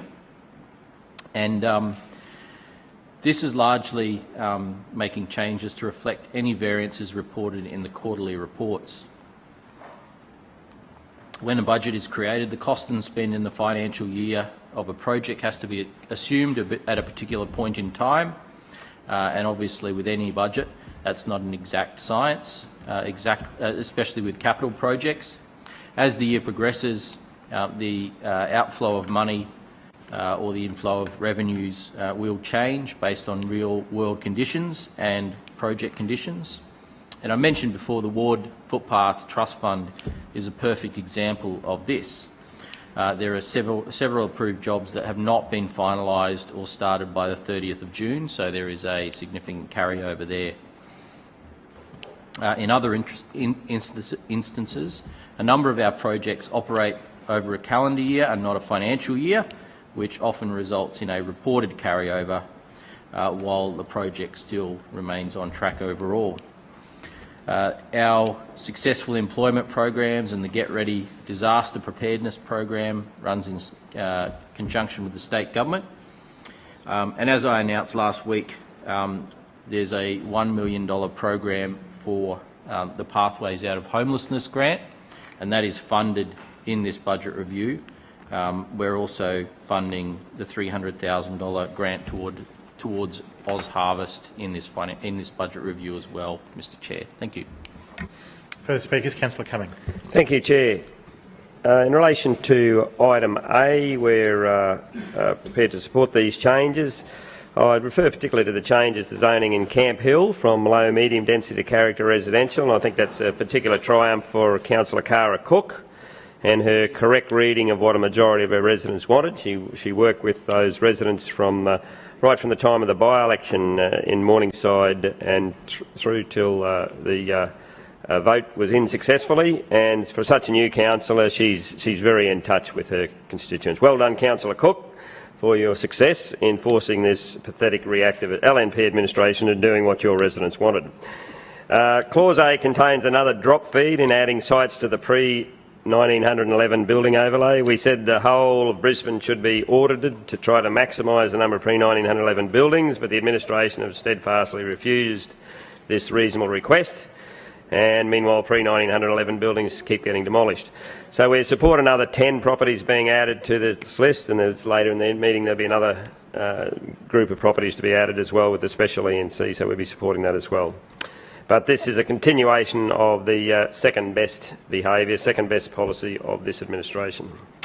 In relation to item B, the long-winded annual operational plan progress and quarterly financial report for the year ended 30th of June 2019. Well, this is an administration which gives, one thing I've noticed is the developer contributions to council have been, as concessions have been given on some of these contributions. So developer contributions overall have fallen significantly in this document. They dropped from 166 to 152 million, which is an 8.4% drop.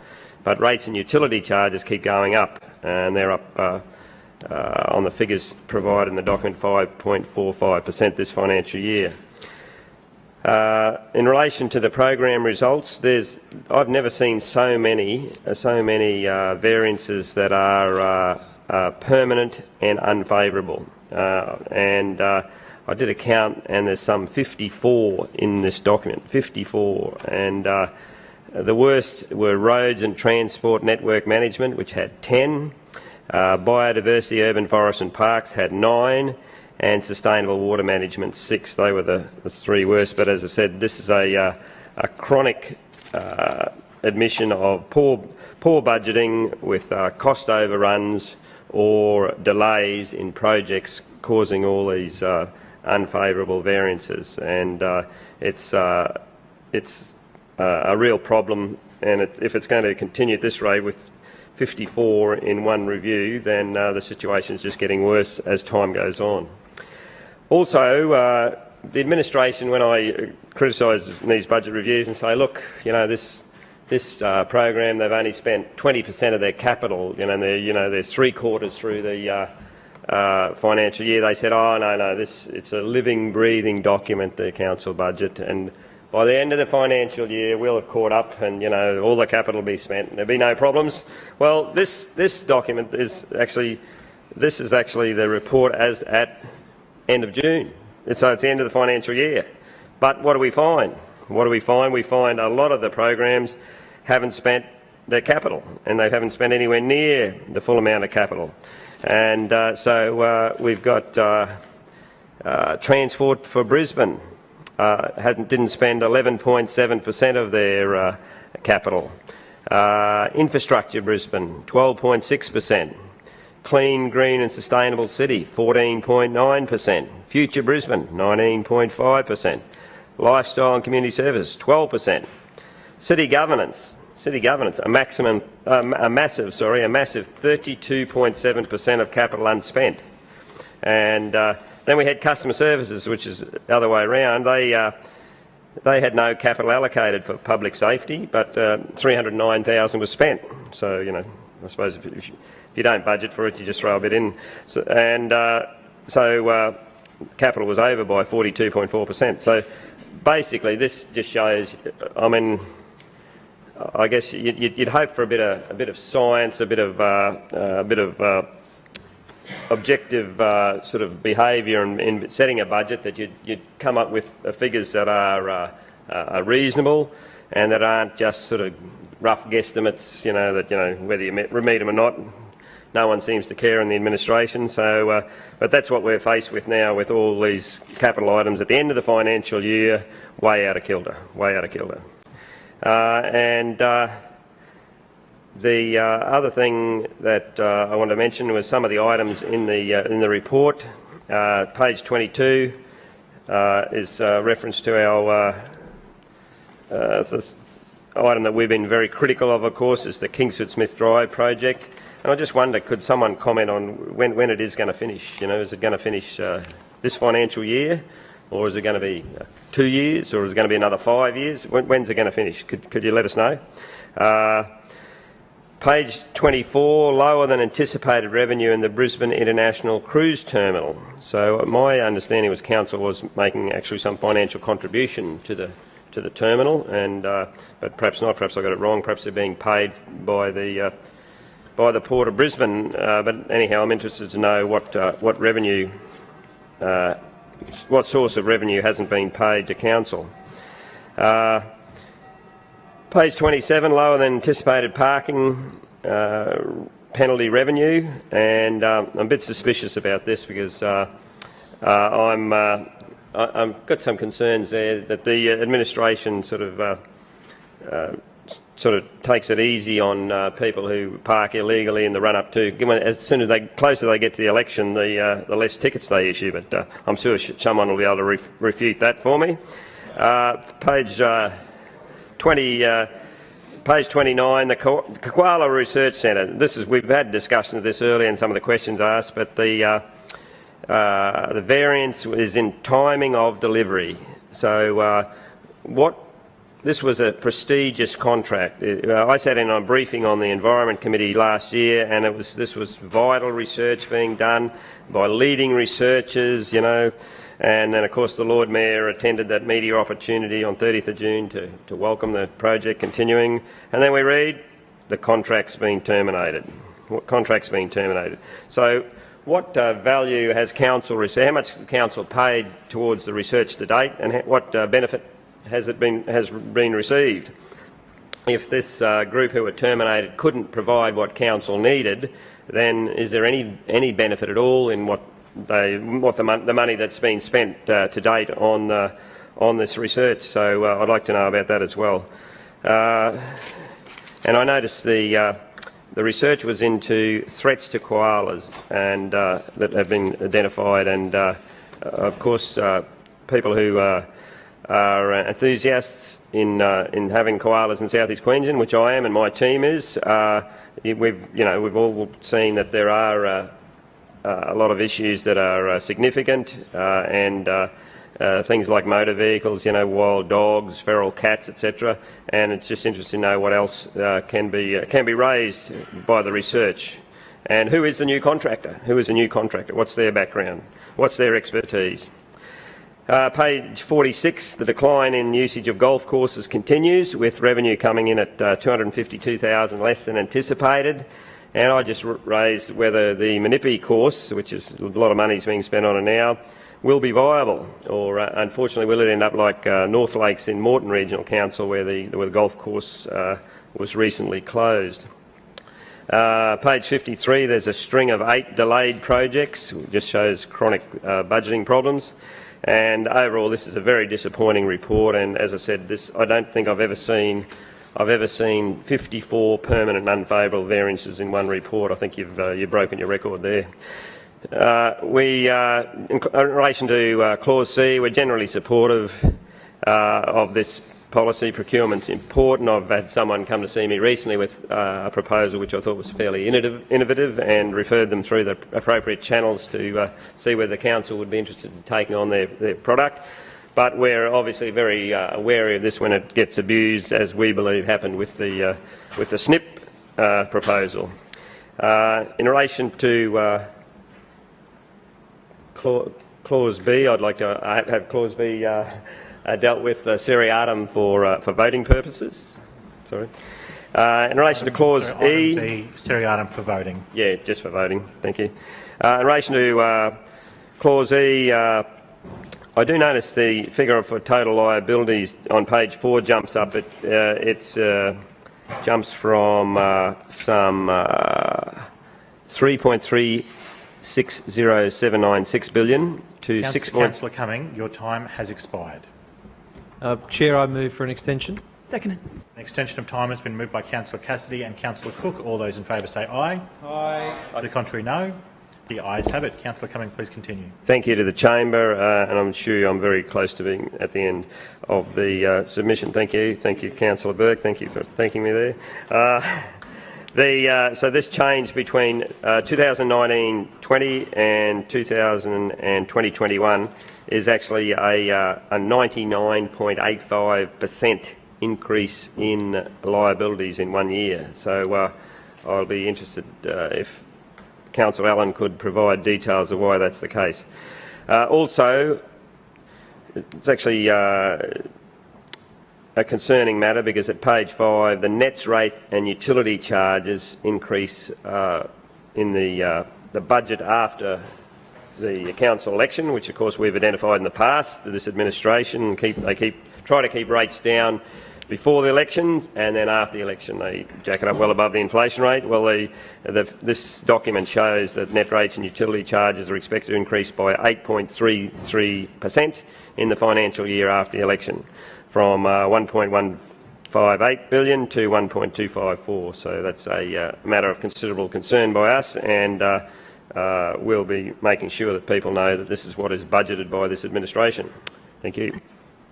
Further speakers? Councillor Burke. Thanks very much, Mr Chairman. Just rise to enter the debate on item A, which is the major amendment package I to the city plan. Mr Chairman, there's a number of items that are contained within this particular item. Most substantially is the rezoning of parts of Camp Hill.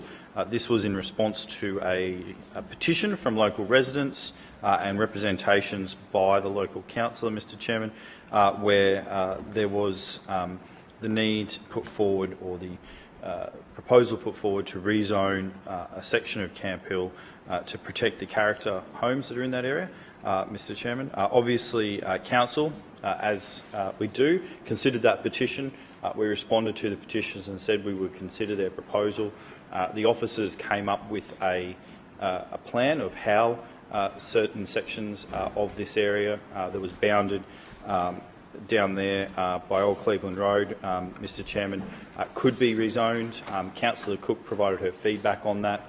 This item is now here before council, so that if we approve it this afternoon, it will go out for formal public consultation as part of an amendment process, Mr Chairman. So I just want to commend the council officers for the work that they did, obviously to look at that area. There was some 300 odd lots contained within the area in Camp Hill, Mr Chairman, and obviously it is a very sensitive subject when you're talking about rezoning people's homes. It can be their largest investment, and so we had to go through that process and engage with residents to do that. There's also, Mr Chairman, a package of heritage properties that are contained within this as well, Mr Chairman.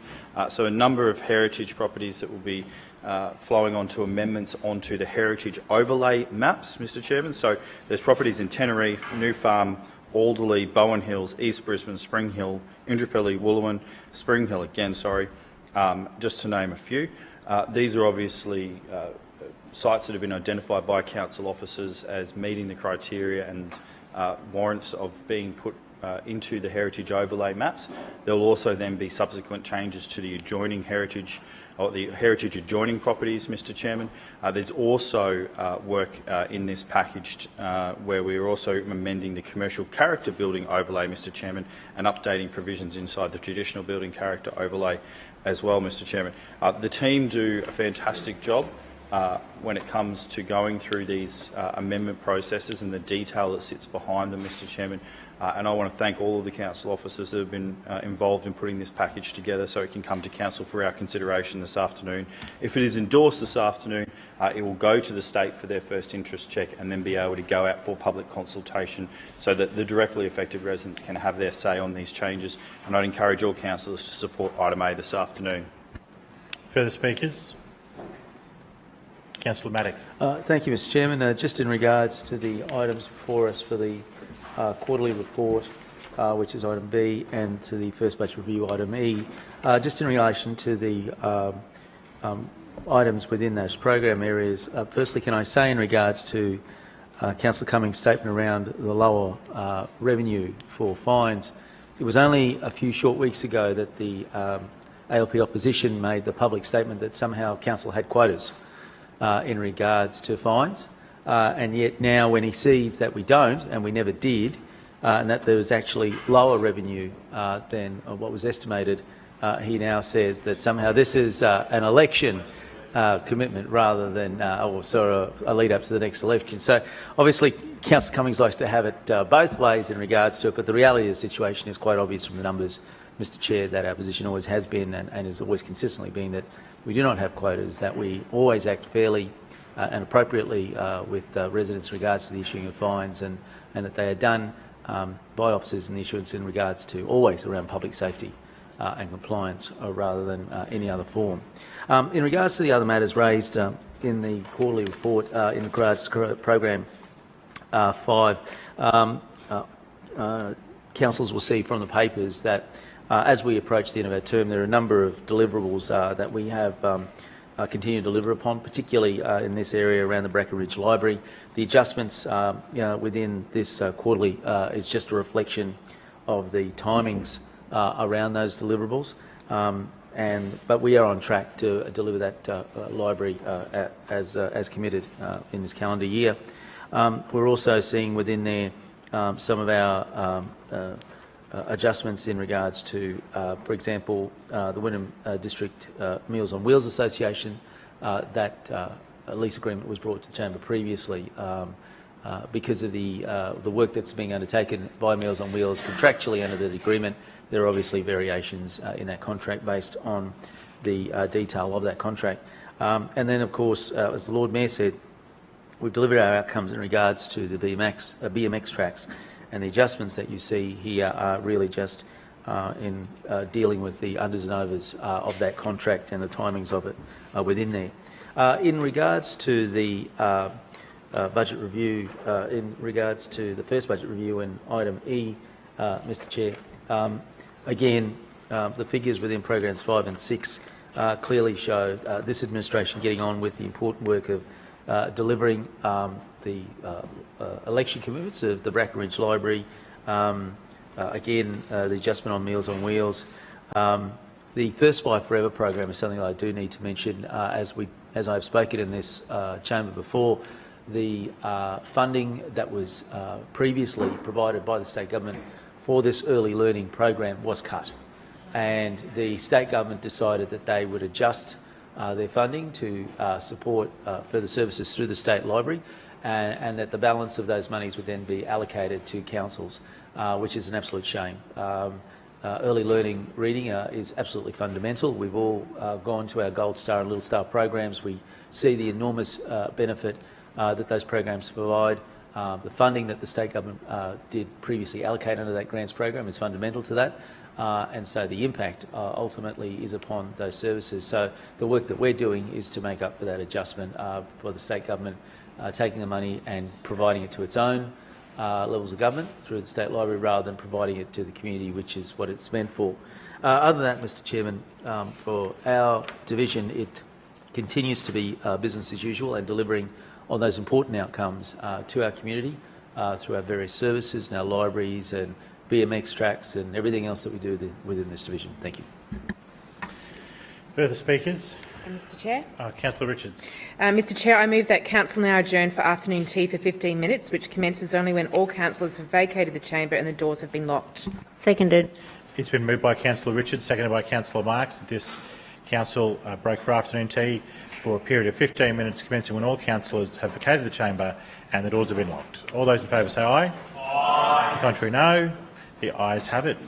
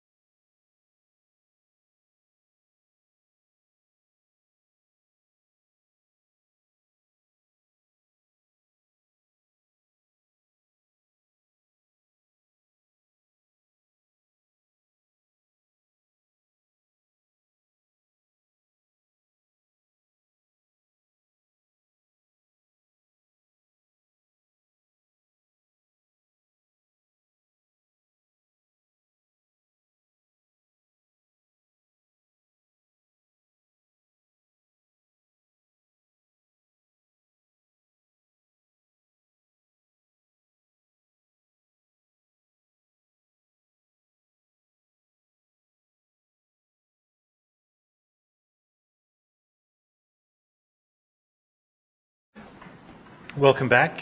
Are there further speakers? You've just got to turn your microphone on. Are you speaking? Do you want to turn your microphone on? Councillor Johnston. Thank you, Mr Chairman. I was hoping you weren't getting a case of the Councillor Coopers and forgotten my name.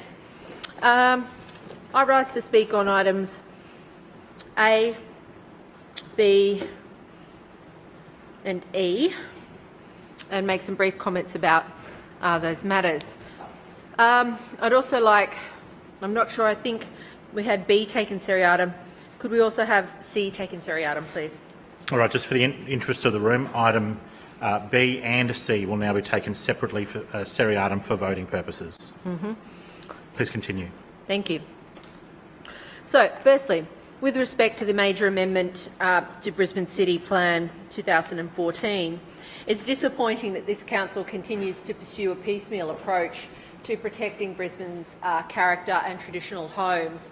This is an issue that I've spoken on many times in the council chamber, and I have called on council previously to ensure that all pre-1946 and all pre-1911 homes are mapped in the relevant overlays so that our character houses can be protected. That's been voted down repeatedly by the LNP. They are cherry-picking what they want to protect, and they are ignoring significant character homes across the city for protection. And in my own ward, we have another 2 that are under threat that do not fall within the traditional building character overlay. One has a roof line that indicates to me that it is probably around 1910, but certainly, you know, within that range. The other one is definitely a pre-1946 home. So I flagged that I'll be moving an amendment to include those properties later in my speech. I'd just like to also make a few remarks about the first budget review. I've done something a little bit different this time. I had a bit of a look at how many projects there were listed in the first budget review that have gone astray, and there's about 115 projects that have gone astray. I went through them, and instead of focusing on the carryovers, and I'll make some reference to those and you'll understand why in just a moment, I had a look at where we were bringing forward. Thought, where's this administration getting it right? Because sometimes I stand up in here and I'm often criticised by the Lord Mayor is not here, and sometimes other councillors. I'm so negative, I'm so critical. So I thought that today I'd do something a little bit different. I know. I thought I'd do something a little bit different, and I'd go, righto. Well, this is a brand new Lord Mayor. He's brand shiny new. He'll be making an effort to make sure that his new agenda is being carried out across the city. And you would think that in his first budget review, he would be making sure that this council is on track towards delivering on all the initiatives that he has outlined in his budget. So of the approximately 115 projects that have had some sort of amendment to them, would anybody like to guess, and I'm happy to take an interjection, would anybody like to guess how many are being brought forward, or that is accelerated in this quarter? Anybody would like to guess? Two out of 115 projects that are not on track. Now, in any view of the world, that is appallingly bad. Now, the 2 are City Cats, which is they're bringing forward, but the other one is essentially transport integration, and they're essentially bringing the outlying years forward a little bit, so it's not a huge change. That's it. Otherwise, this budget is full of the usual cuts, carryovers and delays. And, when the finance chairman stands up and says, it's a snapshot in time, and, the same boring comments they always make, that's because it's the same dismal financial management and leadership by this council, LNP council, time and time again.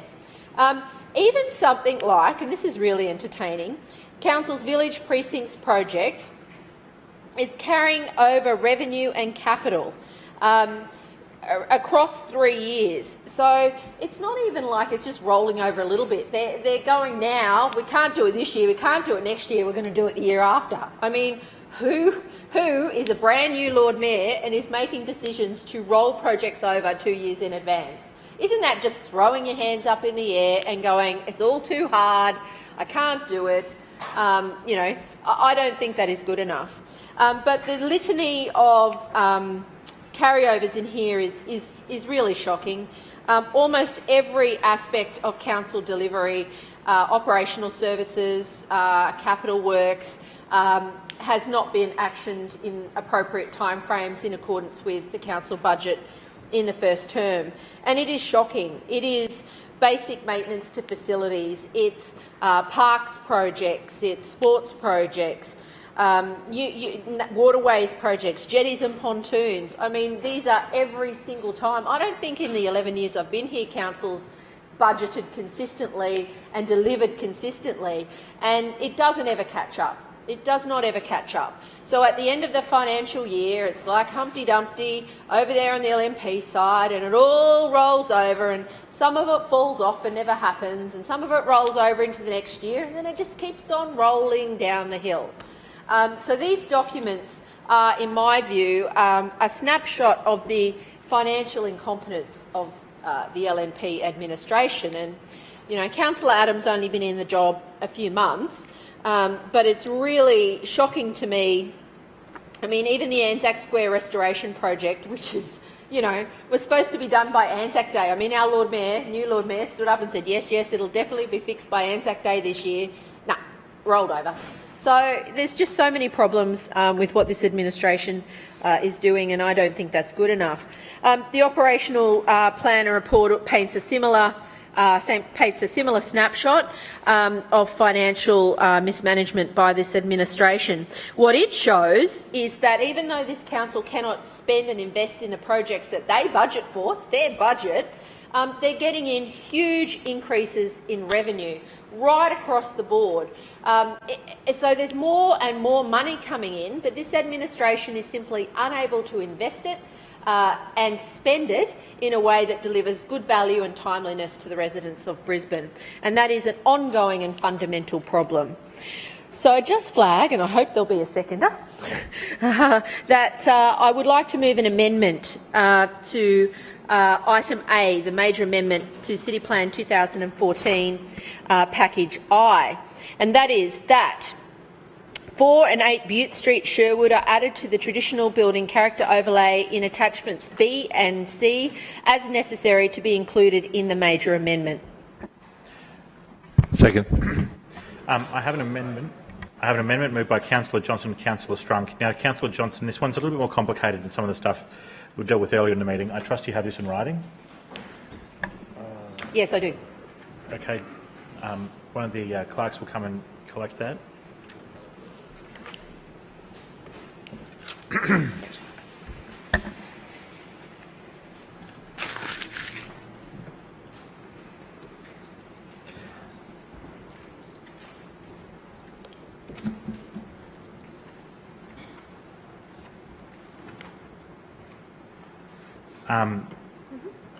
All right, Councillor Johnson, do you have a seconder, so please speak to the amendment.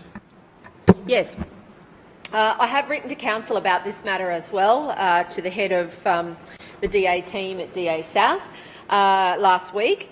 It's come to my attention that 2 properties at 4 and 8 Bute Street, one of which is certainly a pre-46 home and one could either be a pre-46 or pre-11 home, are not protected.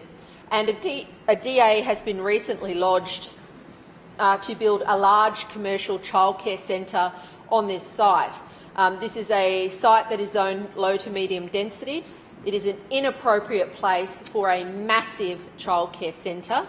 It's certainly not appropriate that the character homes on the site are knocked down, and it is my very strong view that we should be protecting these type of homes.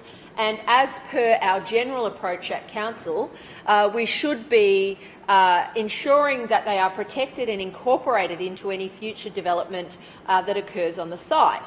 So I'm not saying that there should be no development on this site, but what I am saying is these homes should be retained and reused on the site, and we should be protecting them from demolition for commercial childcare purposes. Now, there's a childcare centre across the road. There have been 5 new childcare centres built within a 1 kilometre radius or extended within a 1 kilometre radius of this childcare centre. There is a massive oversupply of childcare places coming onto the market in Corinda and Sherwood, and it is very clear that this development is not based on any needs assessment. No needs assessment was actually provided in the DA material to Council for consideration. So this is an ambit claim. This is a large commercial provider who's eyeing off a corner block where there are unprotected character homes. And this council, in my view, needs to do everything it can to ensure these homes are protected. Now, one of the 2 homes, the Pre-46 home, is in excellent condition. It is a beautiful home. The other, the older one, which is possibly around 1910, 1915, certainly is in, it's been modified over the years, and it certainly is in less decent condition, but with a little bit of love it could be brought back to life as well. So I believe that we should be amending the major amendment before us today. We're at the start of this journey. We should be making sure that the 2 homes are protected so that their character can be retained in the character neighbourhood that adjoins it immediately to the north through Sherwood. We've seen the LNP rush in here week after week, protecting Pre-46 homes in LNP wards, and I am sick and tired of the political favouritism that is shown by the LNP. Either we say what we mean, which is we protect character homes across the city, and we apply that principle fairly. We apply that principle without favour, depending on your political party, or it is absolutely inappropriate, that this LNP administration ignores significant character homes and their preservation for future. This should be a no-brainer. This is easy to pop these 2 into the list, to include them in the initial consultation and the ministerial approval, and let the process unfold. It may be too late, but I think this is worth trying. And I've told, as I said, I've written to the DA, Head of DA Services in South Region, and asked him to undertake a temporary local planning instrument. But as I have the opportunity today to influence a major amendment, I think that we need to do this immediately to get this process underway. If the DA is refused, which hopefully it will be, this will mean that these houses can be protected in the future.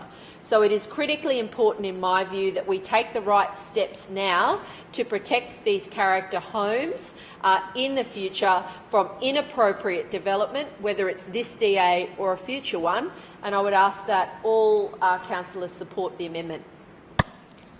Further speakers? There being none, Councillor Johnson. Yes, thank you. Just briefly, I'm very disappointed that no LNP councillors have spoken, and in particular that the planning chairperson, Councillor Matthew Burke, has not risen to speak to the amendment before us today. I think that the ongoing level of ignorance in response to these motions that are being brought forward about initiatives in the community that I represent reflect very poorly on the LNP. This is an important matter. I believe that the LNP should not be ignoring the important concerns that are being raised in the community that I represent. It's not a good way to govern the city. It's not reasonable to govern the city in your own interests and nobody else's. It does nothing to include these 2 properties within the amendment before us today, because there's a whole process of another 1.5 to 2 years to go.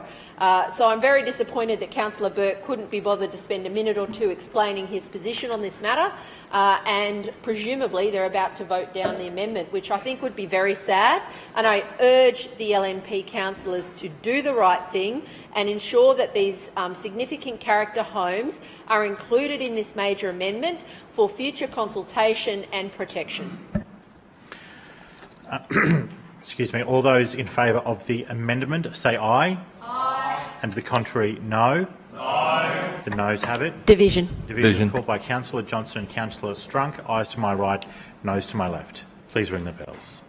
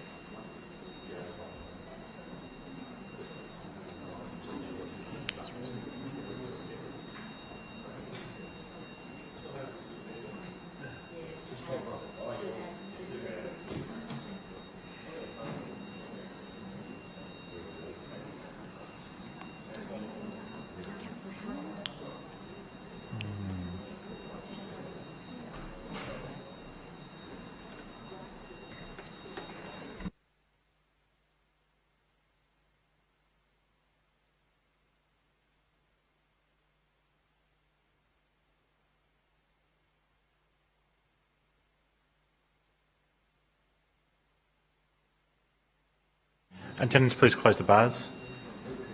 Clerks, please read the result. Mr Chair, the noes have it, the voting being 7 in favour and 17 against. The noes have it. Please return to your seats.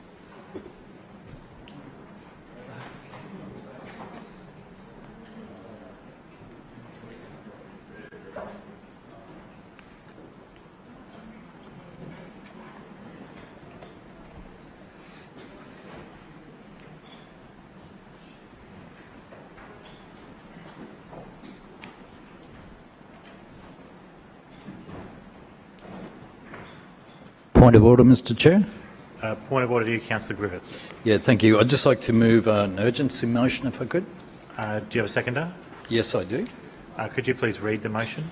So I'm moving suspension of standing orders to enable me to make the following urgency motion. There you go. That this council begins negotiation on the purchase of land at 67 Chapman Place, Oxley, under the Bushland Acquisition Program, as the land has significant flora and fauna, forms a wildlife corridor, and has previously been referred to the Bushland Acquisition Fund. The land at 67 Chapman Place, Oxley, is currently under threat again from another development application. Seconded. It's been moved by Councillor Griffiths, seconded by Councillor Cook. So, Councillor Griffiths, this matter, on this motion, you'll have 3 minutes. Please limit your comments to urgency, why it must be dealt with immediately. Yes, thank you, Mr Chair. And the reason it's urgent is because there currently is a development proposal on this site that's being advertised as we speak. And over the since 2014, a number of years, there have been numerous attempts to develop this block of land. In fact, since 2014, there's been 5 attempts to date to develop this block of land. My concern is that this is a block of bushland that needs to be protected. And in fact, after the last proposal to develop the site, I wrote to the then Lord Mayor, Councillor Quirk, and asked that it be considered as part of the Bushland Acquisition Program. And I received a response back the next month from the Lord Mayor saying yes, he agreed it should be part of the Bushland Acquisition Program and had referred it on. So my concern, Mr Chairman, is that this land is significant. It has a significant amount of wildlife on it, including and potentially including koalas, wallabies, a variety of birds, snakes and reptiles, bandicoots and brush turkeys, as well as significant flora on the site. Residents are very angry and upset that over the years they have tried, along with me, to get this site protected, but Council has not done so yet. And with the significant flora and fauna that's on the site, as well as the fact that this block of land forms a potential and significant corridor for the area, as well as being a waterway corridor, it is prime land for us to protect. I know that the Lord Mayor has said in this chamber that he's only interested in purchasing bushland that is under threat. Well, this bushland is under threat. This is a case in point where the Lord Mayor needs to step up now, where the LNP need to step up now and protect this land. Because the potential for the development of this land, the potential for ruining this opportunity for residents and for future generations, because we'll allow the site to be developed, is not something that should be happening. So I'm calling on the administration to actually step up to implement this motion and to protect this land under the Bushland Acquisition Fund. Thank you. All those in favour of urgency say aye. Aye. To the contrary, no. No. The noes have it. Division called by Councillor Cook and Councillor Cassidy. Ayes to my right and noes to my left. Please ring the bells.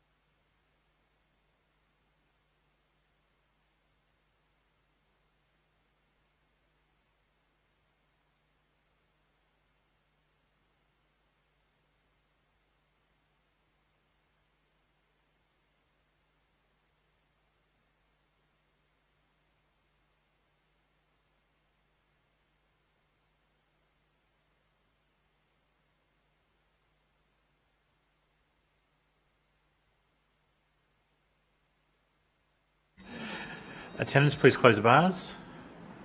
Clerks, please read the result. Mr. Chair, the noes have it, the voting being 7 in favour and 17 against.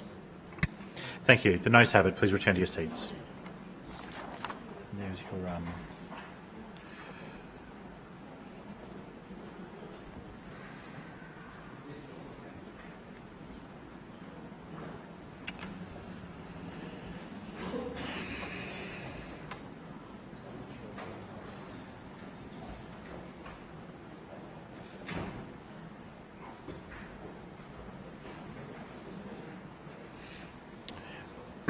further speakers to the report. Councillor Shree. Thanks, Mr. Chair. I just rise really briefly in regards to the amendment regarding pre-1911 housing, and I'm supportive of the amendment, but I remain concerned that even when properties are listed on this overlay, they're not sufficiently protected.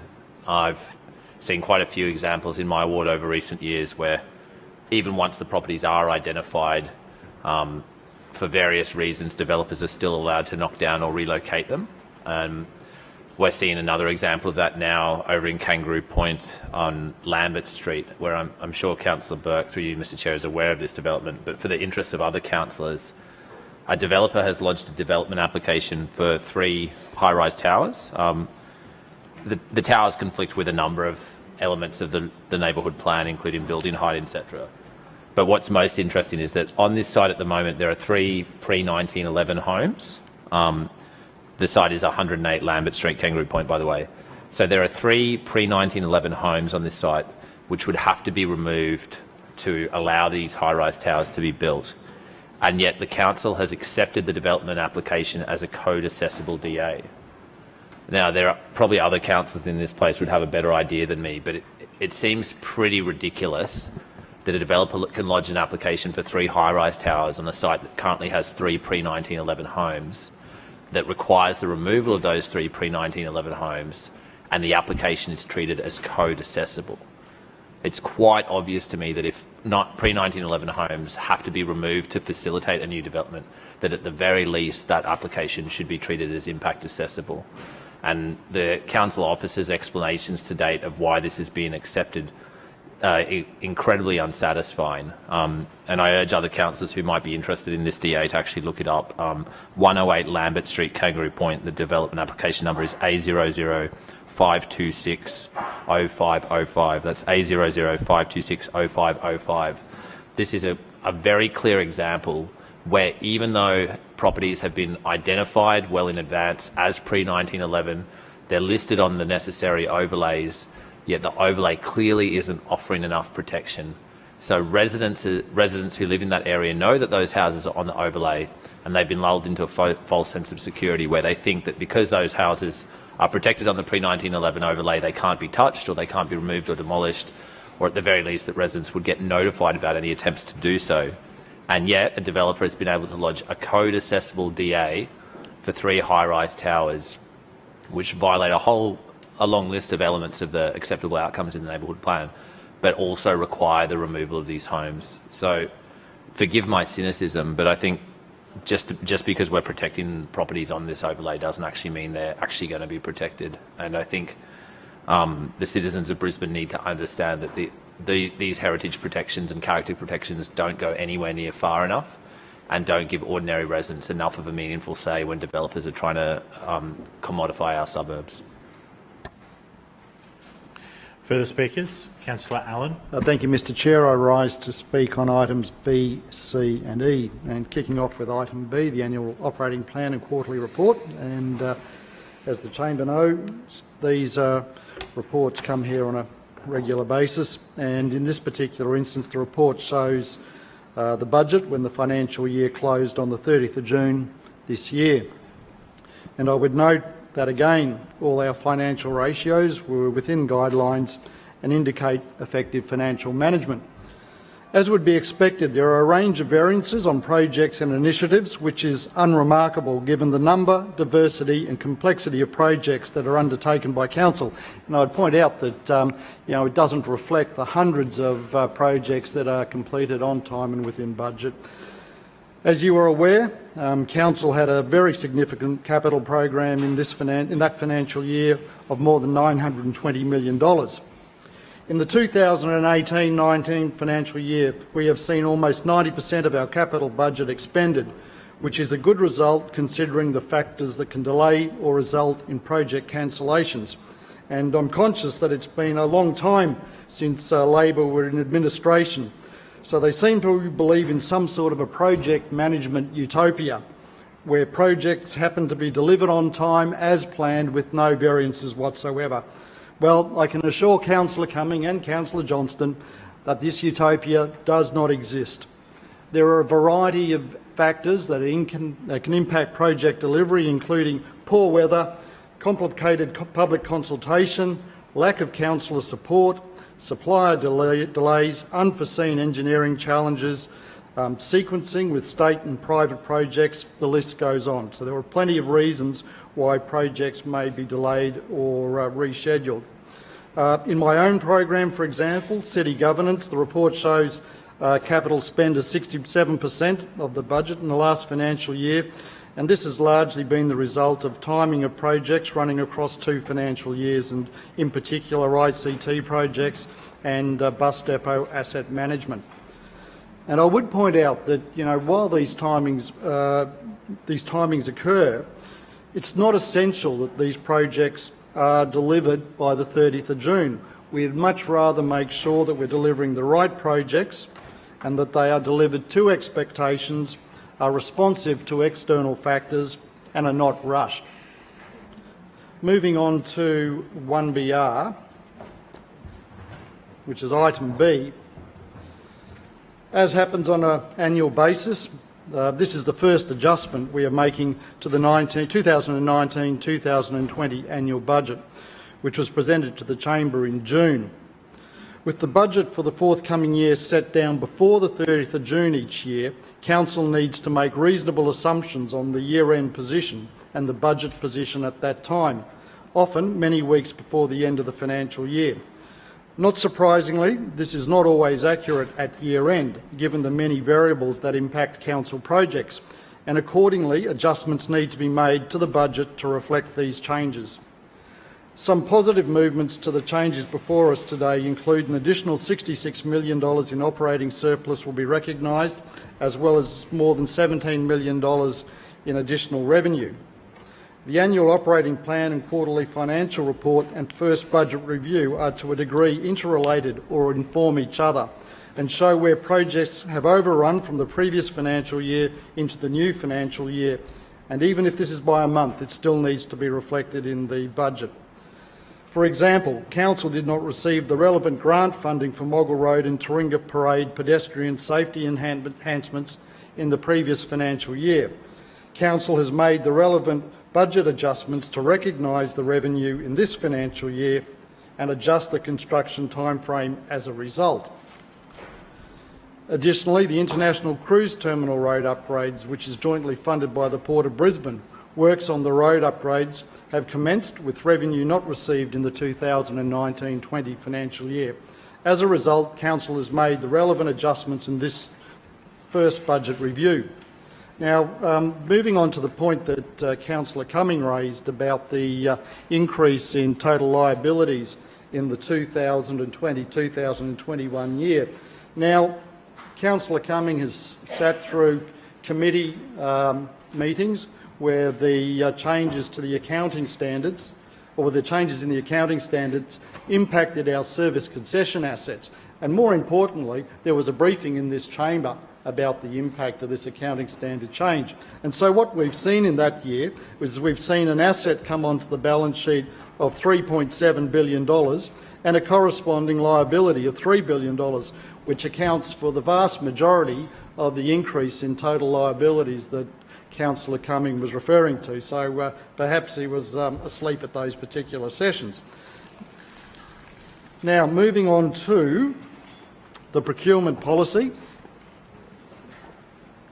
Council is required to adopt the procurement policy each year through Council, and this is a requirement under the City of Brisbane regulation to adopt a contracting plan each year, and this outlines the delegations and market assessment for contracts. As well as the key contracts and significant contracts Council proposes to enter into for the financial year. These contracts can be found towards the back of the procurement plan and include an estimation of the value of the proposed contract. It is important to note that the cost estimations, especially for new significant contracts, are an estimation only. Procurement and contract costs are refined during the pre- and post-market stages when procuring services. In the past 2 years, Council has been making a number of key changes to the procurement policy. Last year we saw a simplification of the policy, as well as introducing some new initiatives and refinements, such as local benefits, social enterprise, environmentally friendly elements, support for trainees, and incorporating an Aboriginal and Torres Strait Islander requirement. We are dedicated to finding new ways to improve our procurement process and policy in an evolving marketplace, which is why this year, as the Lord Mayor said, we have included additional requirements for local benefits to encourage an even greater spend with local suppliers in Brisbane and South East Queensland. Already, Council has a good history of spending locally, but we recognise the importance of local business to our economy. This is why the Lord Mayor announced in May we would introduce a target of 80% of Council's contractual spend with local suppliers. We know how successful procurement targets and focus can be, with Council setting a target in 2016 to spend $4 million each year in contracts with social enterprises. Each year we have exceeded this target, with last year's contractual spend with social enterprises exceeding $5.6 million. Other significant changes are to follow, and I'll leave further debate to the chamber. Thank you. Further speakers? Excuse me, there being none, I will now put the resolution for items A and E. All those in favour say aye. Aye. To the contrary, no. The ayes have it. On item B, all those in favour say aye. Aye. And to the contrary, no. No. The ayes have it. Division. Division called by Councillor Cook and Councillor Strunk. Ayes to my right, noes to my left. Please ring the bells.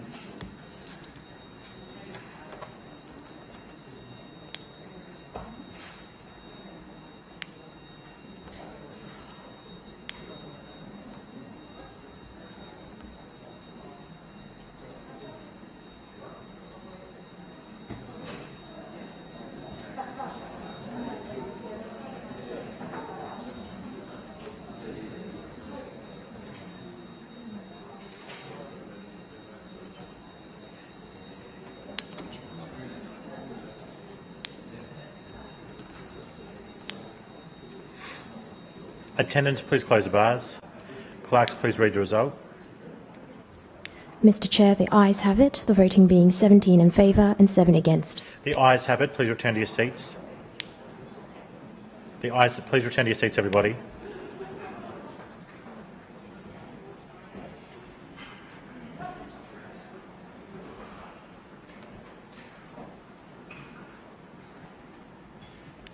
Now, all those in favour of excuse me, item C on this resolution say aye. Aye. To the contrary, no.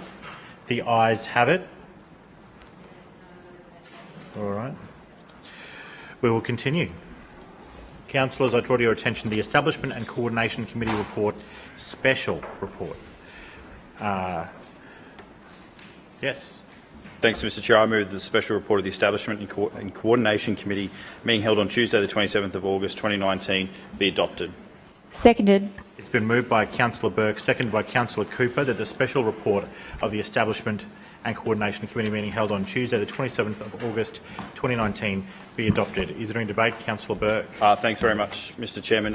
Back in August 2017, there was a temporary local planning instrument that Council adopted to protect 27 pre-1911 houses. That temporary local planning instrument expires tomorrow, the 28th of August. These houses are being protected through a Major Amendment F, which was in this council chamber just a few weeks ago, where council endorsed the final stage of Major Amendment F, and it is now gone to the state for their final state interest check and tick off, Mr Chairman. We need to pass this temporary local planning instrument back through this council chamber again this afternoon. We dealt with it just a few weeks ago. It's been to the state. The state has endorsed the temporary local planning instrument. They haven't put any conditions on it. I thank the state for working with us to deal with this in a speedy way so that we can make sure that these particular 27 houses continue to be protected while the final stages of that major amendment are concluded. And I just commend the item to the council chamber. Further speakers? There being none, Councillor Burke. I'll now put the resolution. All those in favour say aye. Aye. To the contrary, no. The ayes have it. Councillors, the Public and Active Transport and Economic and Tourism Development Committee, please. Councillor Davis. Thank you, Mr Chair. I move that the report of the Public and Active Transport, Economic and Tourism Development Committee meeting held on Tuesday the 20th of August 2019 be adopted. Seconded. It's been moved by Councillor Davis, seconded by Councillor McLaughlin, the report of the Public and Active Transport, Economic and Tourism Development Committee meeting dated Tuesday the 20th of August 2019 be adopted. Is there any debate? Councillor Davis. Thank you, Chair. Before I get to the report, this morning's meeting I took some questions on notice from Councillor Cassidy. With regard to service number 1.1.4.1, I can advise that the increase in revenue from the bus shelter advertising as a result of favourable contract negotiations with the new provider, Media, which is a better deal for ratepayers. And with respect to service number 1.2.1.2, I'm advised that a number of factors contributed to lower than anticipated expenditure, including lower than anticipated fuel costs and maintenance costs, which means less equipment, materials and services and contractor costs were needed, and the flow-on effects include less spending on corporate overheads and utilities. Chair, last week we had a presentation on CityCat 22, the newest addition to Council CityCat fleet. This boat will be able to cater for 170 passengers, including 16 of which will be on the upper deck. We've gone above and beyond providing DDA measures in this vessel with 6 dedicated wheelchair spaces. These spaces are well located within the main floor of the vessel, ensuring that they have clear views of the river and our extended window lines. CityCat 22 will also have 4G Wi-Fi, as well as USB charging points. Some of Council's oldest vessels date back to 1996, and these are our Generation 1 ferries, and projects like the new CityCat currently under construction will ensure that our fleet remains modern and reliable. It is being constructed by a local Brisbane company in Murarrie, Ozships, and following vessel training, sea trials and crew training, this new CityCat is due to commence services later this year. We also had 2 petitions considered by the committee last week. One requesting council provide end-of-trip facilities, including bicycle racks, showers, toilets, change facilities and locker storage in Fortitude Valley. Under the Brisbane City Plan, any new development is required to provide end-of-trip facilities to cater for workers or residents within their buildings. Having said this, council leases the King George Square Cycle Centre to be used as a paid end-of-trip facility in the centre of the city for those who need access. It is largely up to private companies to provide these types of facilities, and universities and some shopping centres are also known to offer this service. Council does not intend to construct a publicly available end-of-trip facility in the Valley at this time. The second petition asks Council to implement additional cycling facilities in the CBD and alternative cycling arrangements in South Brisbane as part of Brisbane Metro. The current concept design for Brisbane Metro along Victoria Bridge provides a separated two-way cycleway, dedicated pedestrian pathway and 3 lanes for metro and bus services. Additionally, the design also includes an off-road shared footpath for pedestrians and cyclists on the riverside of North Quay, as well as on-road cycle lanes on either side of Melbourne Street between Grey and Maryvale Streets. I understand that the main concern by the petitioners is the cycle lanes on Melbourne Street and their proximity to West End bus services. As part of the collaborative partnership between Council and its tenderers, further investigations into proposed cycle lane arrangements can occur as further detailed design is achieved. There is expected to be 350 fewer buses using Melbourne Street when Metro becomes operational, reducing the amount of bus services which currently use Melbourne Street to complete their route. Council is also reviewing its active transport network plan and will investigate options to improve active transport connection through the CBD. Thank you, Mr Chair. Further speakers, Councillor Cassidy. Thank you, Chair. I just rise to speak on item C, the petition requesting Council implement additional cycling facilities in CBD and alternative cycling arrangements in South Brisbane as part of Brisbane Metro. This was obviously discussed at committee last week, and we had a bit of a discussion and Councillor Adams intimated that this was just a reference design, and we had a bit of a discussion again about floating bus stops and different designs of how cycling and the bus infrastructure is continuing to evolve.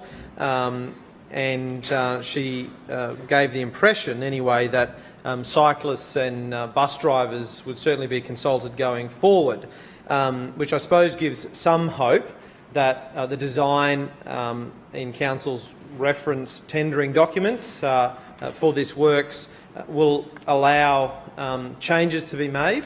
However, when I went away and spoke to cyclists and bus drivers last week, after we discussed this at the committee, it's pretty clear that none of that consultation has happened in any meaningful way with drivers or with the CBD Bug Group particularly, and Donald Campbell, who is the petitioner, the head petitioner and also the co-convener of CBD Bicycle Users Group, has certainly not been consulted even as the petitioner.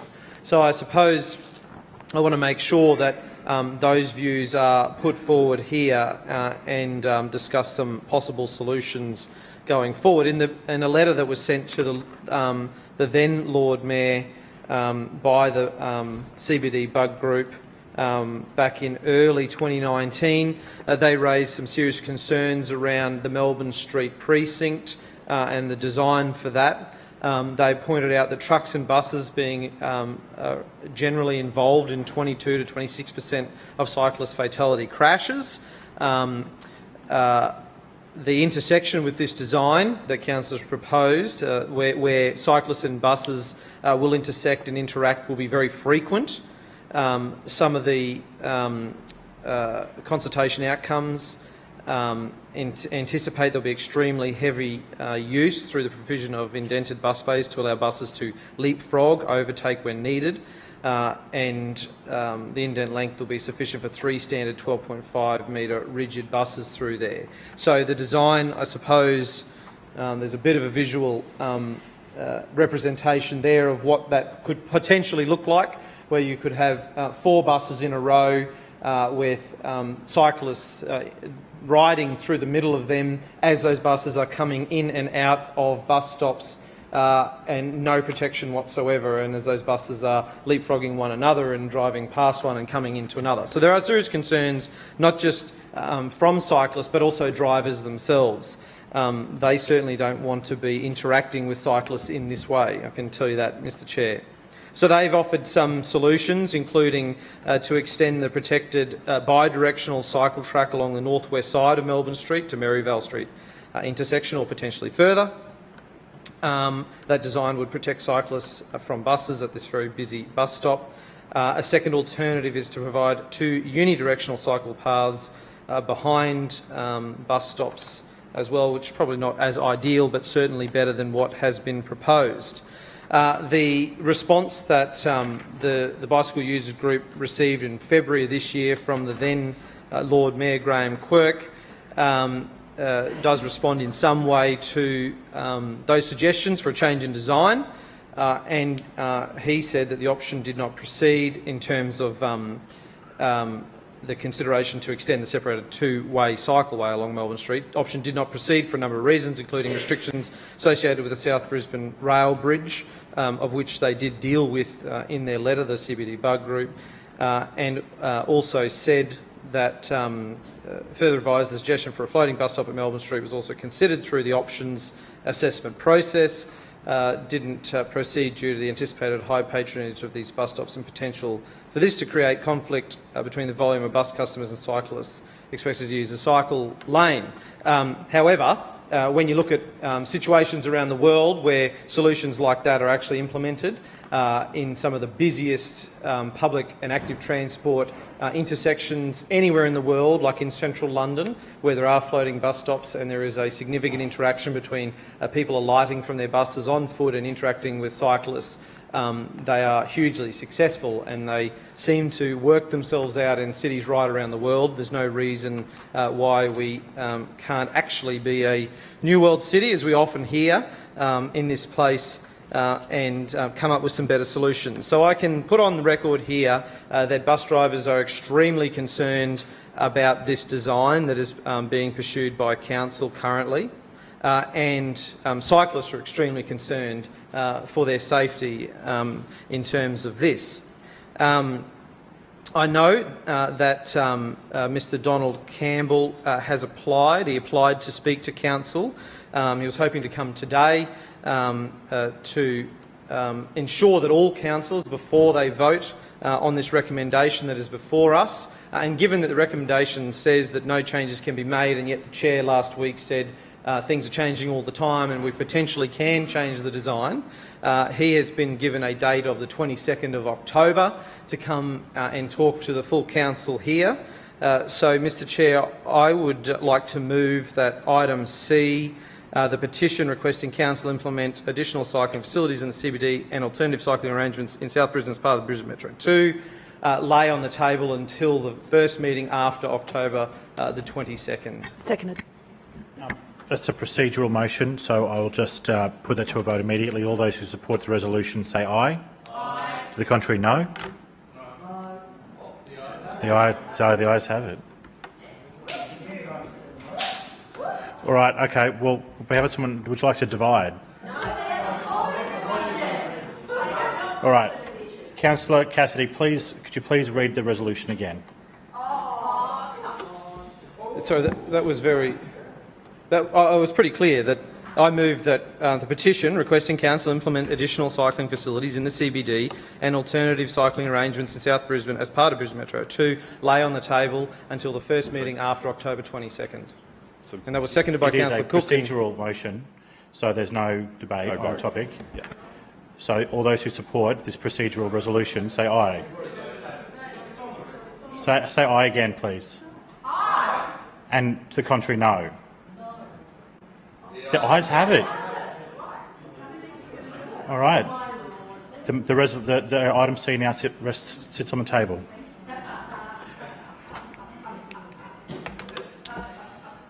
Until October 22. All right. Further debate. There being none, Councillor Davis. Now put the resolution. All those in favour of the resolution say aye. Look, To the contrary, no. The ayes have it. Thank you, Councillor Cassidy, for voting. The Infrastructure Committee, please. Mr. Chair, I just want to, as a point of order, I just want to draw to your attention the fact that I was rising to speak and you moved very quickly. I apologise, Councillor Shrew. I did not see you. That's right.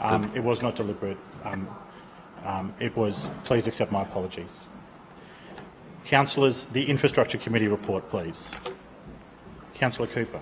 Thank you very much, Mr. Chair. Mr. Chair, I move that the report of the Infrastructure Committee meeting held on Tuesday, 20 August 2019 be adopted. Seconded. It's been moved by Councillor Cooper, seconded by Councillor Huang, that the report of the Infrastructure Committee meeting dated Tuesday, the 20th of August 2019 be adopted. Is there any debate? Councillor Cooper. Thank you very much, Mr. Chair. Mr. Chair, at committee last week we had a presentation on bridges and culverts that are being delivered under the 1920 budget. There are a number of those, in fact, and those included projects such as the Beams Road culvert at Castledine and Fitzgibbon. That's particularly an important opportunity for us to provide a new 2.5 metre wide shared path on the northern side of Beams Road, which services both my ward and Councillor Cassidy's. It will also improve the driveway entrance of Kubara Aboriginal and Islander kindergarten. That will also be reconstructed as part of that particular work. We've also got design underway for Beach Street at Ferny Grove to provide a new creek crossing between Beach Street and Nelson Place, and those works, the investigations will be complete by the end of the year, with designs anticipated to be complete by mid next year. We also talked about some design work which is being undertaken for a new creek crossing between Idonia Street and Cabbage Tree Creek Bikeway at Bridgman Downs. So there's investigations underway and there's expected to be detailed design completed by the end of June next year. Councillor Wong was very interested to hear about a particular bridge at Nardi Street in 8 Mile Plains through to Kavanagh Road, Wishart, with the investigations to be completed by the end of this year and designs completed by the middle of next year. For those in the west, Suttling Street, Kenmore is seeing the benefit of investment with the existing steel and timber bridge structure being removed for a new steel truss bridge. We'll also have numbers of sections of footpath leading up to the new bridge being constructed, with construction already underway, expected completion date late this year. So Councillor Cumming, I know, will be very excited to see that there is work being undertaken to look at a new crossing at Wynnum Road at Wynnum West, to create a new crossing over the Hemmant Drain to service both pedestrians and cyclists. Investigation and options will be complete by the end of this year, with design to be completed early next year. And we will be completing the Gresham Street Bridge. I know that the local councillor will be very happy to see that project undertaken. It was originally constructed in 1931, so it's provided a very good period of service to our community. It is a vital connection to local residents. It is the only creek crossing for St John's Wood area, where there's approximately 300 properties located. There will be a temporary bridge constructed to allow for access in and out while those works are underway. The current bridge floods about once a year and isolates those properties. This construction of a new concrete bridge will significantly improve both safety and amenity, as well as upgrading the current load limit from 22.5 tonnes, which restricts large vehicles accessing that part of the Gap Ward. So it will limit, it currently is limited for machinery to get into those locations to maintain Council Road. So it will upgrade it to 45.5 tonnes. It will also improve flood immunity of the crossings to a 1 in 10 year flood, and also provide much better pedestrian access and safety for all road users at the intersection of Gresham Street and Waterworks Road intersection. It will have a 100-year design life and certainly be a much more reliable and better connection for the local community. So detailed design is expected to be complete early next year, with the contract expected to be awarded in the middle of next year, with construction works in 2021 through to early 2022. And we had two petitions to committee last week, which were both supported by the local councillor, and happy to take any commentary with respect to those. Thank you, Mr. Chair. Further speakers? There being none, I will put the resolution. All those in favour say aye. Aye. To the contrary, no. The ayes have it. The City Planning Committee report. Thanks, Councillor Mr Chair. I Burke. move the report of the City Planning Committee meeting held on Tuesday, the 20th of August 2019 be adopted.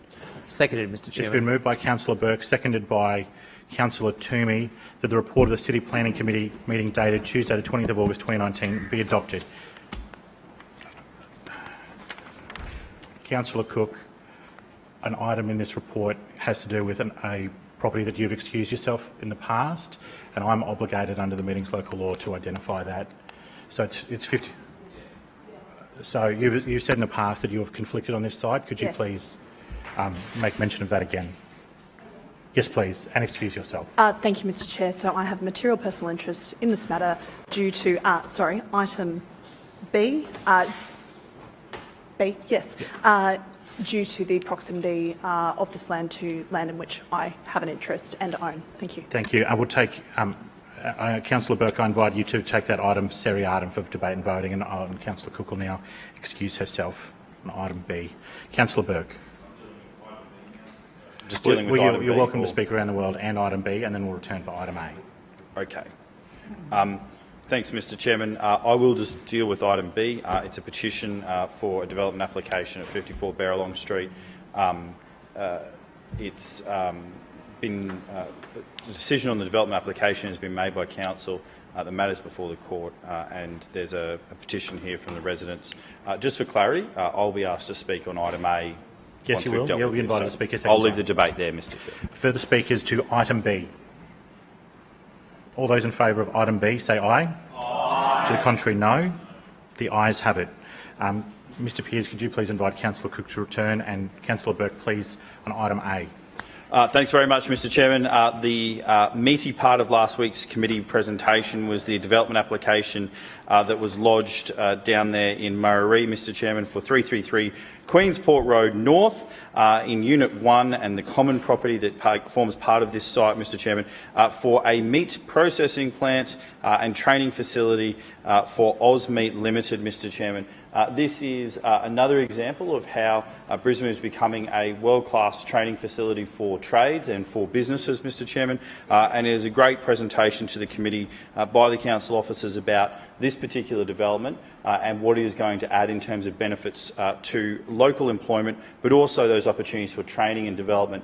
The Port of Brisbane is the largest port for export of beef out of Queensland, Mr Chairman. So this is ideally located close to that facility. It will provide training in a range of different services and techniques relating to the meat industry, Mr Chairman, and obviously helps create jobs and expand on this very important trade for our city, Mr Chairman. The committee was taken through the actual development application and the various elements that make up the site. It is reusing an existing building. It is not a new building, I have to stress, Mr Chairman. They are repurposing an existing building, and the committee asked a number of questions relating to the development application. It is here for a decision by council, and I would encourage all councillors to support this important industry and the value that it adds to our local economy. Further speakers? There being none, I will put the resolution. All those in favour say aye. Aye. To the contrary, no. The ayes have it. Councillors, the Environment, Parks and Sustainability Committee report, please. Councillor Richards. Mr Chair, I move that the report of the Environment, Parks and Sustainability Committee meeting held on Tuesday the 20th of August 2019 be adopted. Seconded. It's been moved by Councillor Richards, seconded by Councillor Cunningham, the report of the Environment, Parks and Sustainability Committee meeting dated Tuesday the 20th of August 2019 be adopted. Is there any debate, Councillor Richards? Thank you, Mr Chair. On the 20th of August, the committee received a presentation on South East Queensland adaptive drought response. The presentation highlighted Council's important role in sustainable water use, involving supporting the community adopt water-saving measures, working collaboratively with SEQ Water and QUU to ensure the Brisbane community has affordable and sustainable water. Also, the modelling best water efficiencies practice within our businesses and our clubs. Council's history of effective drought responses included Council reduced its own water use by 70% during the Millennium Drought. This was largely achieved by initiatives including only irrigating the most significant parks with recycled water, upgrading pools and implementing stormwater harvesting systems. Council also supported the community with 93,000 rainwater tank rebates and grants to community groups for installing irrigation tanks. And during this time, Council also reactivated Enoggera Dam and changed business procedures like how we washed buses and cleaned streets. Part of the presentation also acknowledged Council's commitment on sustainable water use. We continue to seek alternate sources to replace our potable water use. For example, our Water Smart Street Trees pilot was highly effective in reducing potable water use and supporting health for our street tree growth. We now also have 29 stormwater harvesting systems to irrigate council sports fields and over 100 rainwater tanks installed for community groups. This presentation provided assurance that as we progress towards the next drought phase, Council has the knowledge and resources to adapt effectively.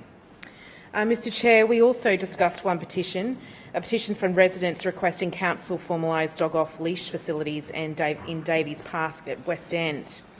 Mr Chair, I note that the Leader of the Opposition is not in the chamber at the moment, but he actually did ask a question in the ENC with regard to one of the variances with the Koala Research Centre. So his concern was in relation to the threats that koalas have and why the variance. So I just wanted to put on record that the purpose of the carryover is to fund koala research work being undertaken by the Federation University Australia and the University of Queensland. Council has contracts in place with the Federation University Australia and the University of Queensland for their respective koala research projects. Work is underway for both projects. And the Federation of University Australia project is well progressed, but both projects are due for completion by June 2020. Thank you, Mr Chair. Further speakers? Councillor Sri. Thanks, Mr Chair. I rise to speak on the petition regarding dog-off leash facilities in Davies Park. I don't support the recommended response, and I think it's disappointing that Council hasn't meaningfully engaged with the core concerns that residents are raising. We have a fundamental problem in this part of West End where thousands of additional residents have moved into the neighbourhood, but there's been no meaningful increase in the provision of public green space. We've had a small park, Bunyappa Park, which is about the size of a standard house block, and that's the only increase in green space we've had in that whole suburb for years now. Sorry, I can't hear the interjections over there, but if you want to ask me a question, Councillor McLaughlin, you're very welcome to. Please continue, Councillor That's Sri. fine. Yeah, sorry. Yeah, point of order. Point of order, Councillor Chair. McLaughlin. Does Councillor Sri regard an area of about 1,200... sorry, that's not how the... Oh, through you, Mr Chair. That's not... Yep. Through you, Mr Councillor Chair, Sri. I'd like to put a question to Councillor Sri. Then I'll let Councillor Sri, will you take a question? Sure. Councillor McLaughlin. Councillor Sri, I gather you believe that a standard house block is about 1,200 square metres from your comments just then. Councillor Sri. Sorry, I didn't quite hear the question. You claim that that Bunyappa Park is the size of a standard house block, which in my estimation is usually about 400 to 500 square metres. Bunyappa Park is about 1,200 square metres. So I'm just wondering how you reach that conclusion. Councillor Sri. Please, Councillor Sri, also remember that the asking of questions actually eats into your time. Oh, sure. Yeah, thanks for the question. No, I think you're quibbling over semantics through you, Mr Chair, to Councillor McLaughlin. Most of Bunyappa Park is actually concrete. I think it's a great little park, but the amount of actual green space is relatively small. The broader point, though, here, and it's interesting to hear some of the administration councillors getting a little bit defensive, is that the provision of green space has not kept up with population growth in that part of the Kurilpa Peninsula. And I think the former chair of Parks Committee is well aware that Council is not meeting its own desired standards of service. We know that for every 1,000 residents, there's supposed to be 1.2 hectares of local recreation green space within the neighbourhood, and that simply isn't the case here in West End. And as a result, we're seeing increased competition and disagreement about how different public spaces should be used. So in this case, residents have taken to using a soccer field as an informal dog-off leash area because there's only 2 small dog-off leash areas for a population of over 12,000 people. And obviously those 2 small dog-off leash areas are very heavily used. And as a result, people are looking for new green spaces for recreation and for exercise. And that means that our one soccer field in the entire suburb is then having to share space with dog owners. And this is not a sustainable or tenable situation long term. It's quite clear to me that Council needs to be providing new public green spaces around the Kurilpa Peninsula. It is simply unsatisfactory for council to continue approving new high-density developments without increasing the provision of public green space in that neighbourhood. And I challenge any councillor in this place to stand up right now and tell me that you think the provision of public green space on the Kurilpa Peninsula is sufficient and satisfactory to cater for the amount of population growth we've seen in there. I think all the administration councillors in this chamber would recognise, they don't want to admit it publicly, but would recognise that there is not enough public green space for the amount of people who are moving into that neighbourhood. Now, if you want to cram people into small, cramped apartment blocks where they don't have their own backyards and where they don't have their own private green spaces, you should be providing more public green space than you would in suburban areas where people do have their own backyards. But in fact, council is providing even less public green space than it does for low-density suburban neighbourhoods. That is why I'm so unsatisfied with this petition response, because it simply says to the residents, yeah, we understand you don't have anywhere to exercise your dog, but this is a soccer field, so too bad. Rather than saying, actually, we're going to deal with your concerns seriously and create new public green spaces.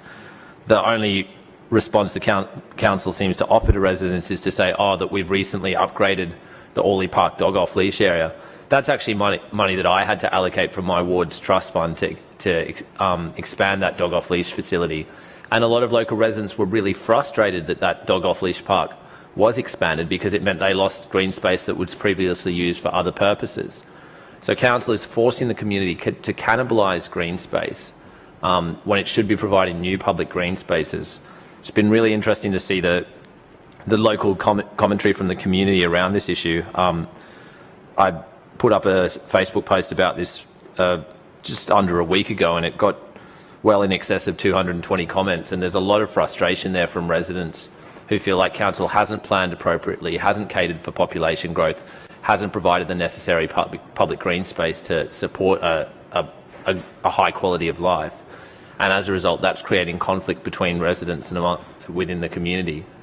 And I think it is it's really disappointing that this council continues to pretend that there's not a problem here, continues to act as though everything's fine, when we know this is not a sustainable or long-term tenable situation. So I'm very disappointed in the chair of city planning, because I hold the city planning portfolio quite responsible for over-densifying the neighbourhood, but I'm also extremely disappointed in the Lord Mayor and of course the chair of Parks for failing to provide the necessary public green space to cater for this growing population.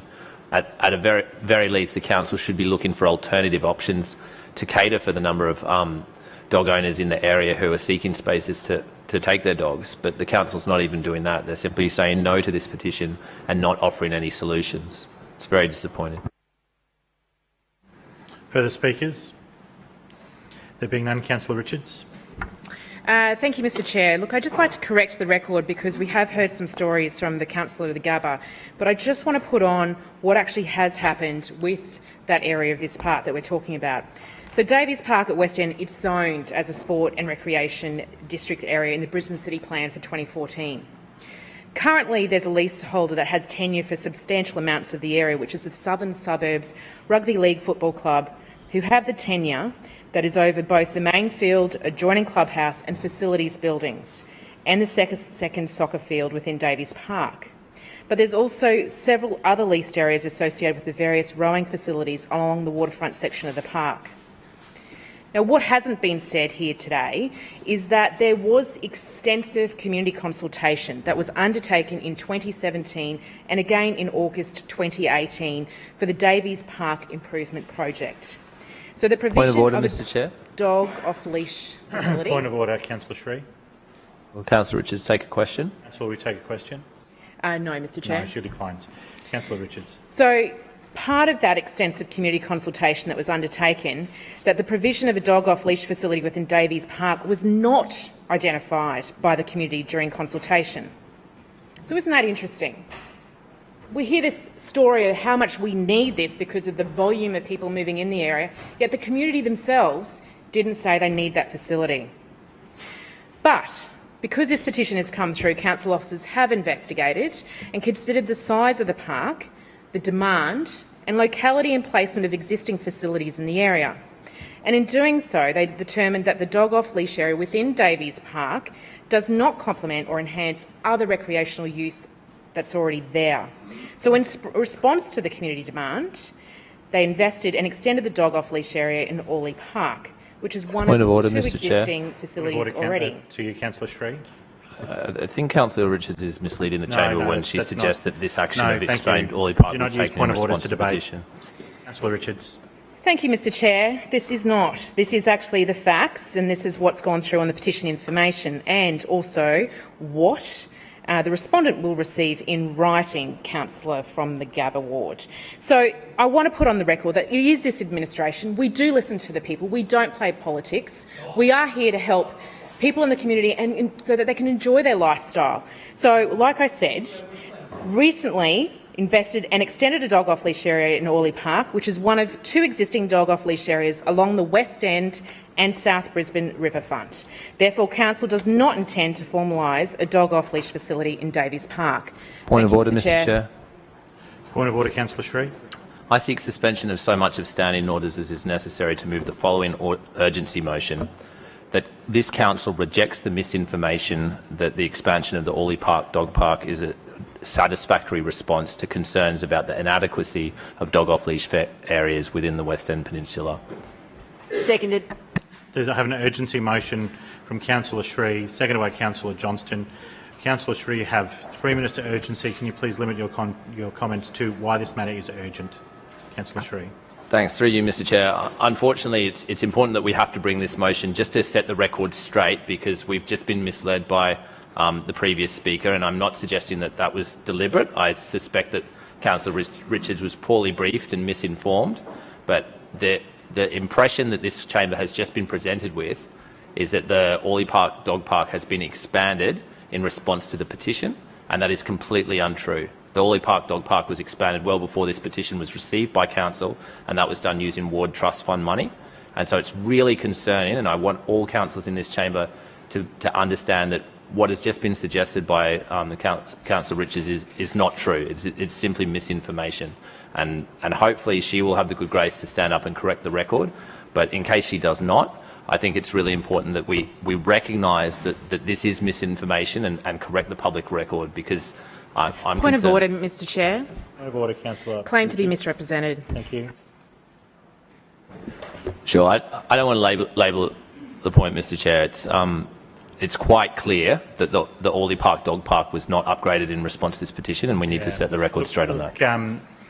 Councillors, there appears to be a new trend that people are using urgency motions to relitigate the point immediately after another councillor has spoken. I would prefer if you limited that to only things that are necessarily urgent. Councillor Richards, you had a claim to be misrepresented. Yes, Mr. Chair. I just want to put clearly back on the record that I I was not misinformed, and the information that is going to be supplied to the petitioner is that Council has recently invested. No, please do not use special speeches to relitigate arguments already made in the meeting. So please limit your comments to what the misrepresentation was and how you're correcting it. Please do not use this as an opportunity to counterpoint what Councillor Sri was saying. Thank you, Mr. Chair. I'm just putting back saying that what was said by the councillor for the Gabba ward was incorrect. What I actually did state about that dog off-leash area was that Council had responded to the community demand and recently invested in and extended the dog off-leash area in Orley Park to support the two existing dog off-leash areas along the West End, South Brisbane riverfront area. Thank you, Mr. Chair. All right. Now, councillors, we'll now put the resolution Point of order. on the matter of urgency. Oh. Councillor Johnston, you had a point of order. Oh, yeah. I'm now putting the resolution on the matter of urgency proposed by Councillor Sri. All those who believe this matter is urgent, say aye. Aye. Those who do not believe it is urgent, say no. No. The noes have it. Point of order, Mr. Speaker. Point of order, Councillor Johnston. Mr. Speaker, I seek leave to suspend standing orders. Councillor Johnston, I appreciate you elevating my status, but I'm only the chair.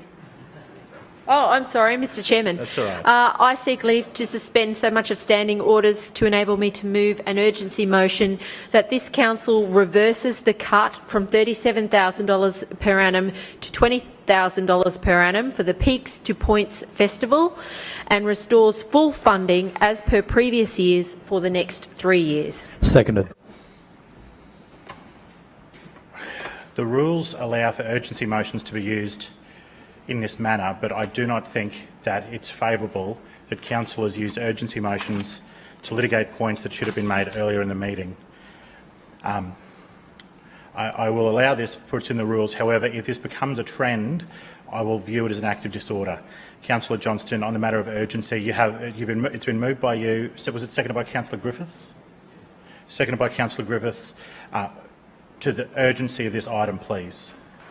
Yes, thank you. I thought this was the appropriate place in the meeting today to raise this important issue because we're debating the issues of importance to our council in the Parks, Environment and Sustainability Committee.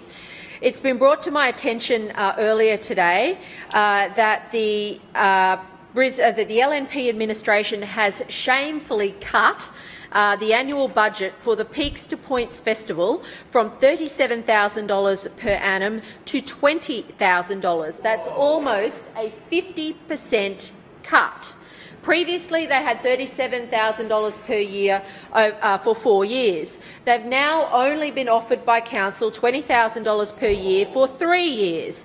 They have been given until the 13th of September to accept this offer.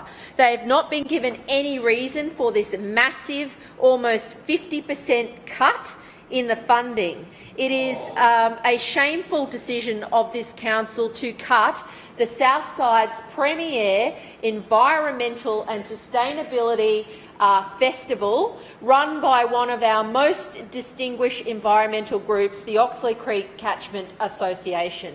This is an organisation that works extremely hard for our community, and they have advised me and Councillor Griffith that they will be unable to run the festival in the form that it's had, which is an enormously wonderful event over 2 weeks, which involves all the local bush care groups, on-site tours, family fun days, all of these wonderful activities that they may not be able to do in future because of an almost 50% cut.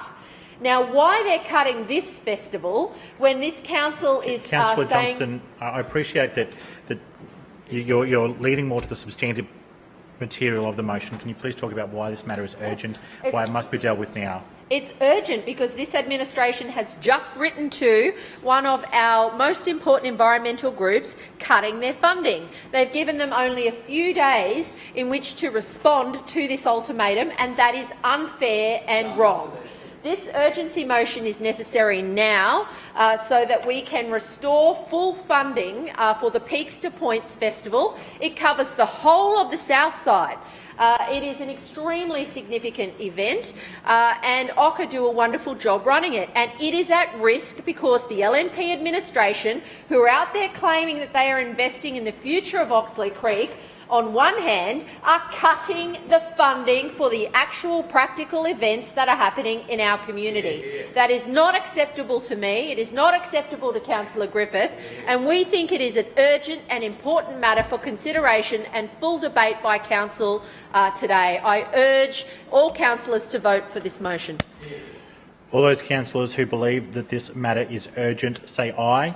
Aye. And to the contrary, no. No. The noes Division. have it. Seconded. Division called by Councillor Johnston and Councillor Griffiths. Ayes to my right, noes to my left. Please ring the bells.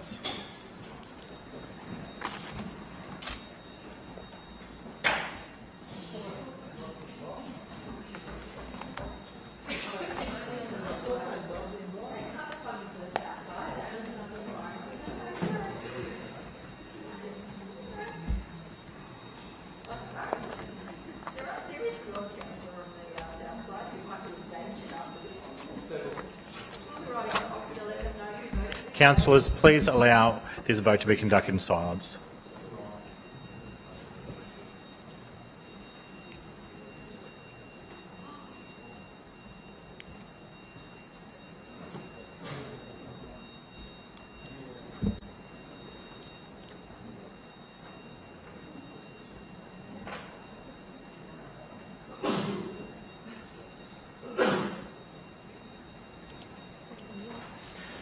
Attendants, please close the bars. Clerks, please read the result. Mr. Chair, the noes have it, the voting being 7 in favour and 17 against. The noes have it. Please return to your seats.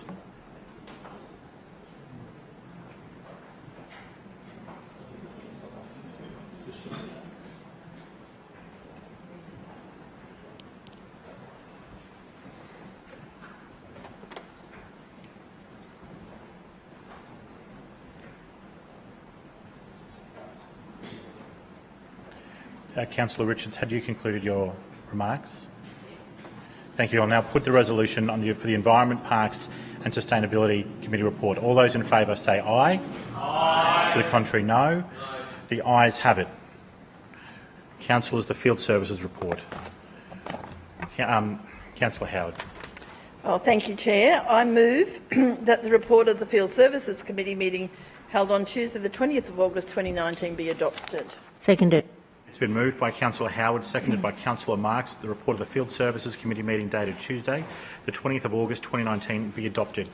Is there any debate? Councillor Howard. Just very briefly, Chair, we had a presentation on stage 2 of the Old Cleveland Road green slopes by the Acting Manager of Construction. And the stage 1 of this project was completed in the 2016-17 financial year. Sorry, and Council is currently delivering stage 2, which involves upgrading the stormwater infrastructure along Old Cleveland Road green slopes. This upgrade will ensure that the stormwater system is able to withstand a Q10 storm event. It was interesting to learn about the innovative methods Council is using to upgrade our stormwater infrastructure, and in particular the pipe jacking system that is being used in this project. This pipe jacking system is really interesting because it allows Council to install pipes underneath roads using something similar to almost a keyhole surgery approach, whereby officers cut out a small section of the road and use the pipe jacking system to install the pipe underground without digging up the whole road. It's a great innovation that helps Council deliver important infrastructure upgrades whilst minimising the impact for residents, and we'd usually experience with older, more traditional methods. So we also learned about the different designs and the scope of works required for water main relocations. It was great to hear about the equipment and procedures we have in place to support our officers in carrying out these important works to ensure that every possible precaution is taken to ensure their safety. So I'd just like to thank our talented and dedicated officers who work tirelessly year-round to maintain and upgrade the network to ensure that our infrastructure is able to meet the demands of our growing New World City. And again, commend this report to the Chamber. Further speakers? There being none, I'll put the resolution. All those in favour say aye. Aye. To the contrary, no. The ayes have it. Councillor Maddock, the Community Arts and Lifestyle report. Mr. Chair, I move the report of the Community Arts and Lifestyle Committee meeting held on Tuesday, the 20th of August 2019 be adopted. Seconded. It's been moved by Councillor Maddock, seconded by Councillor Cunningham, that the report of the Community Arts and Lifestyle Committee meeting dated Tuesday, the 20th of August 2019 be adopted. Is there any debate? Councillor Maddock. Any other councillors? I will now put the report. All those in favour say aye. Aye. To the contrary, no. The ayes have it. Finance and Administration Committee report. Councillor Allen. Thank you, Mr. Chair. I move that the report of the Finance and Administration Committee meeting held on Tuesday, the 20th of August 2019 be adopted. Seconded. It's been moved by Councillor Allen, seconded by Councillor McLaughlin, that the report of the Finance and Administration Committee meeting dated Tuesday, the 20th of August 2019 be adopted. Is there any debate? Councillor Allen. Thank you, Mr. Chair. Last week in the Finance and Administration Committee meeting, we had a presentation from the Disaster Management Manager on the My Resilient Schools program. The My Resilient Schools program is a program run by Brisbane City Council and the SES to students in grade 5 and grade 6. The program consists of two 40-minute sessions that are run ahead of the storm season to teach children how to sandbag properties, prepare their homes for emergency events, identify different weather warnings and create emergency plans. As part of the program, every student gets their own take-home kit, which includes activity books that teach them about different types of weather events and how to prepare, as well as informational flyers, all of which is packaged in a weatherproof pouch, which doubles as an important document pouch with a checklist on what important documents you should put in the pouch so it's accessible in the event of an emergency.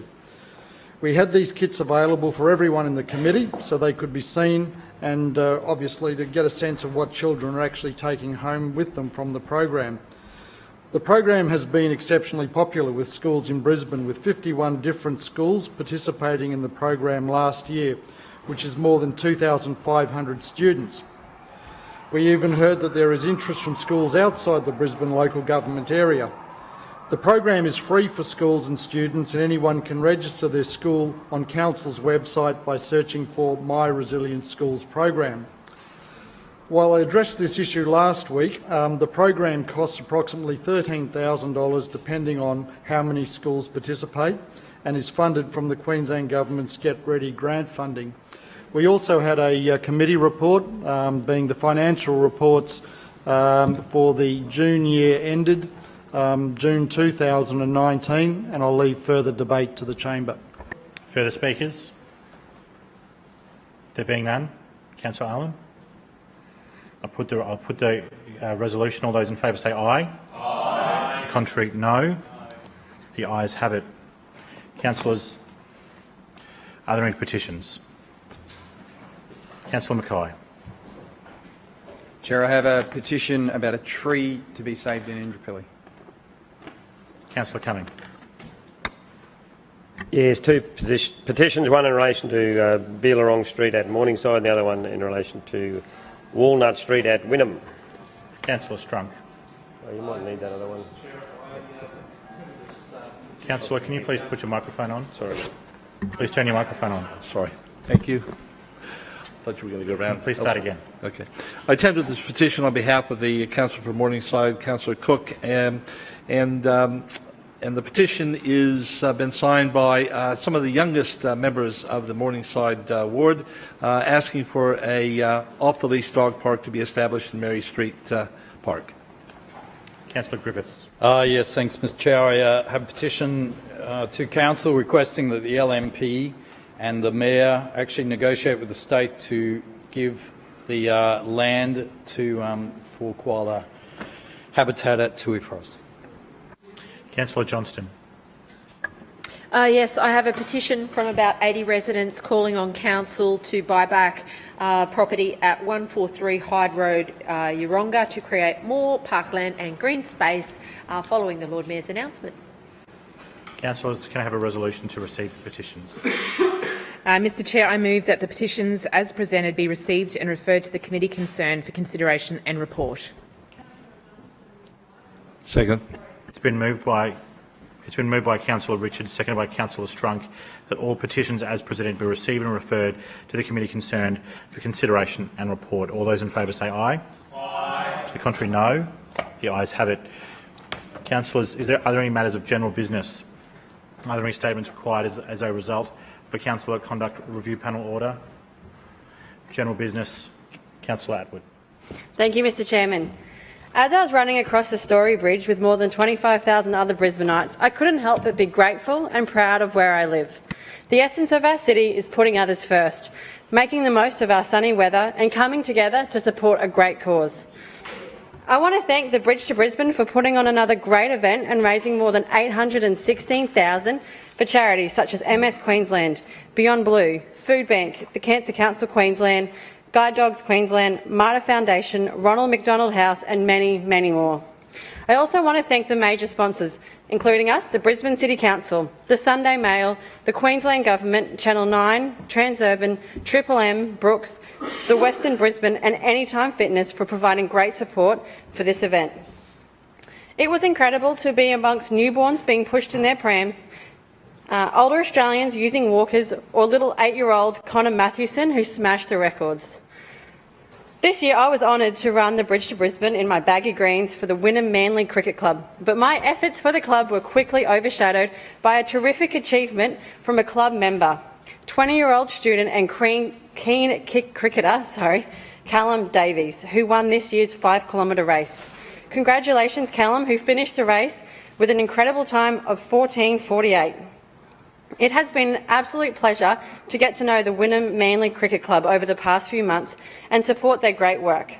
Just this past weekend, President Graham Mappery offered the club's fields free of charge for a 3-day tournament for Australia, New Zealand and Samoans to compete against each other in a traditional Samoan cricket match, with all funds raised going towards the fight against domestic abuse in Samoa. I look forward to competing in next year's Bridge to Brisbane with my young family so hundreds of charities across our great city can continue to carry out their incredible work. Thank you. Further speakers? Councillor Strunk. Thank you, Mr. Chair. Listen, I rise to speak in regards to an event of some magnitude in my ward that happened last week, and of course the Lord Mayor made an announcement at the last sitting in regards to the Forest Lake Strategic Management Plan, which has been brought down to look after the lake in my ward and of course the Parkland precinct around. It's been some time in the making, right? And I'd just like to acknowledge some of the team members that took part in putting the plan together. Tony Webber, one of Australia's leading practitioners of catchment modelling, and of course Professor David Hamilton, QUT, again one of our leading scientists in this area. Council officer, I suppose, Kath Thrupp, as well as Dr. Craig Hagliff, who was also a member of that team that put together the Forest Lake Strategic Management Plan. There was other people from within my ward that took part as a working group that helped inform the Strategic Management Plan, and quite amazingly, after reading through it twice, because it's quite comprehensive, and I'm not certainly a scientist, but it was written in a way that it was quite understandable and something that you could sort of grapple onto most of the points that were being made by these experts in these fields. Quite frankly, the bottom line is that the lake itself, there is no silver bullet that's going to be undertaken that's just going to solve the lake, the quality of the water in the lake overnight. It's going to take a number of seasons, but really what it boiled down was it's not going to be treated with necessarily chemicals or mechanization inserted into the lake to increase the oxygen level. But what it will actually do is to help Mother Nature do what it does best, and that is look after the environment. So I'd just like to, and the reason this all came about was because we have some really great grassroots advocates within my ward, and it's just not the residents of Forest Lake, because many of the other suburbs surrounding Forest Lake use that space to recreate. Whether it's for just walking the dog around the lake or walking themselves around to try to take a bit of weight off, or to bring the family down for a picnic at some of the lovely venues around the lake.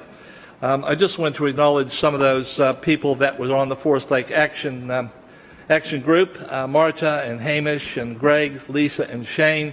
Those people really put their heart and soul into trying to get this lake to a standard that was in place some 20 or 15 years ago, I suppose it would be now.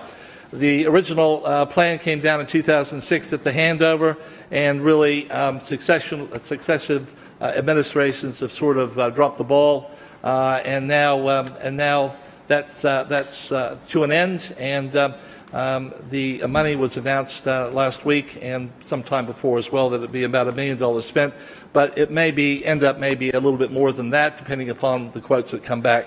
Listen, the whole process of the lake and how it is going to be restored, right from the protest group and the rally we had at the amphitheater, and then the delegation of a number of these people from the Forest Lake Action Group that went along and saw the Lord Mayor, really is something that's just wonderful to be a part of as a local councillor. It was probably one of the reasons that I got involved with local government, because really as a local councillor you can do something every day to make a difference in someone's lives, and sometimes multiple people's lives.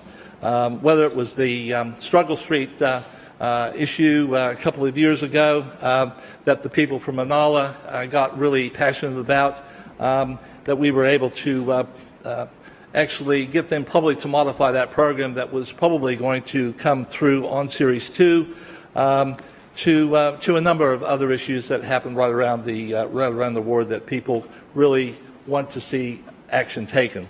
As I say, it's really was a wonderful process, the strategic management plan here, and it's just really satisfying that those people that really got passionate, along with myself and of course Milton Dick, the federal member, and even our Premier, wanted to see this particular beautiful piece of Brisbane restored to its former glory. Thank you, Mr. Chair. Further speakers, Councillor Marx. Thank you, Chair. I rise to speak on two topics briefly. One is the Warrigal Road, Belmead Road and Plum Street intersection upgrade, and the Gold Star Little Star reading program. I just want to start by saying a huge thank you to all the council officers that were involved in the massive undertaking of the Warrigal Road, Belmead and Plum Street intersection upgrade. This was a more than a $4 million upgrade, which was held jointly funded by council and the Australian federal government as part of the Roads to Recovery program. I know that the council officers experienced some difficulties, and I want to thank them for all the effort they put in handling those difficulties with great aplomb, and I take my hat off to you. I don't think anything further needs to be said other than that all the work's pretty much done, and the residents that actually live in the area and partaking through that area are extremely pleased and happy with the work that was undertaken. The other one is the Gold Star Little Star reading program. I want to thank Kylie, who's the librarian council officer out there. What do they call them? Team leaders, that's it. That's the new word. Team leaders of the Sunnybank Hills Library, for her and her staff, how they have handled the reading programs that we've had two so far, and I've got a third to come. We have had over 900 participants register to take part in that program in Sunnybank Hills Library, which I think is pretty much a record.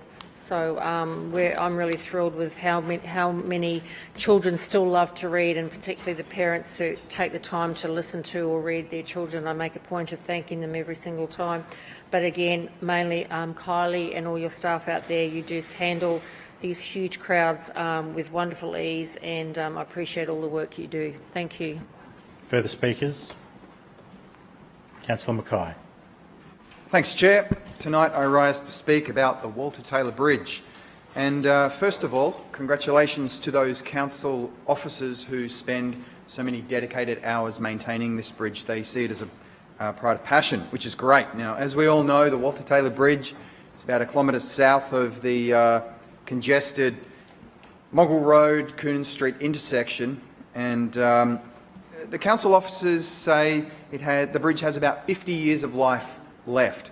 And I'll tell you why, Chair. That's because the Brisbane City Council officers spend so much dedicated time looking after this beautiful bridge. Now, as you may know, Chair, the cables on the Walter Taylor Bridge are actually from the Sydney Harbour Bridge construction. I do know that. I'll take that interjection. I'll get back to that, why that's relevant though. So there is a program of maintenance occurring for the Walter Taylor Bridge over the next 12 months, and it includes things such as cable anchorage repainting, underbridge works, underbridge painting, bird-proofing the bridge, designing a South Tower river scour. Now, I'm not exactly sure what that is, Chair, but I understand it's a device that assists the bank from being further eroded, so that can only be good. Now, the next thing that's happening are the road surface repairs, and they're occurring in the September school holidays. And if there are night works required, Chair, and road closures are required, then I'm assured that there'll be a stop and go system, as there was for the recent cable fixing maintenance.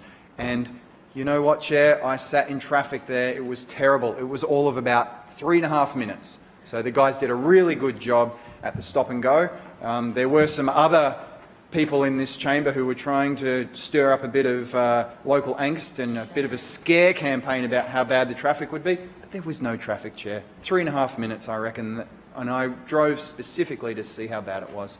So I'm told the same program will be in effect for this maintenance, which is fantastic. It went really well. We even had congratulations to the officers for doing it so well. Now, I need to tell you that the original deck on the bridge happened to be wooden planks, and that was pulled up and replaced with lightweight concrete. They just need to go and maintain them, make sure they're all operating. They don't use standard asphalt just to keep the weight down. I had a guy come to the ward office the other day, Chair, and he told me a fascinating story. When he was a young fella living in Rankin Street, just down the road from the Walter Taylor Bridge, it was, I think he said 1965 or 1968, and the toll was coming off the bridge. So he went up and he was there at midnight on the Wednesday when the toll came off the bridge. So that's a big moment. And Brisbane City Council's been maintaining that bridge for traffic, for commuters and so on ever since. Now let's get back to the Sydney Harbour Bridge cables, why this is important. Well, Chair, you may see on the Kurilpa Bridge, for instance, there are funny little protrusions coming out of the bridge, and they're like shapes with holes in them, and that's so they can put extra cables down to tie them so they can adjust the cables. Can't do that on the Walter Taylor Bridge, so those cables are there for the life of the bridge. You can't replace them, and that's why they spend so much time maintaining it. And another thing they spend a lot of time and effort looking after are the main bearings, and these are the four shapes, steel shapes that sit underneath the road plank to sort of take the weight of the bridge.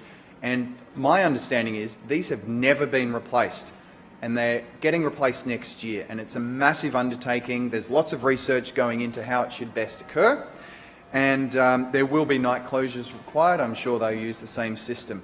But the people of Brisbane should rest assured that the Grand Old Bridge, the Walter Taylor Bridge, is being very well looked after, and congratulations to those officers who are spending so much time. The addition of the Indooroopilly River Walk under the Lord Mayor Adrian Schrinner will add fantastic resources for cycling and pedestrians, so you won't have to ride on the Walter Taylor Bridge. You shouldn't anyway. You could use the Jack Pesh cycle bridge, but the Indooroopilly River Walk will assist the cyclists and keep the traffic going on Walter Taylor Bridge. Thank you. Further general business. Councillor Sri. Thanks, Mr. Chair.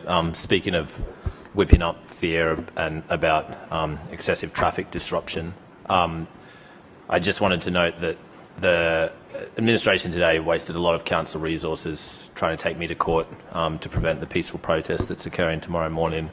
I just want to let everyone know that I hold no hard feelings towards the Lord Mayor personally, and that my offer to organise the protest at the open space at the end of Queen Street Mall remains on the table.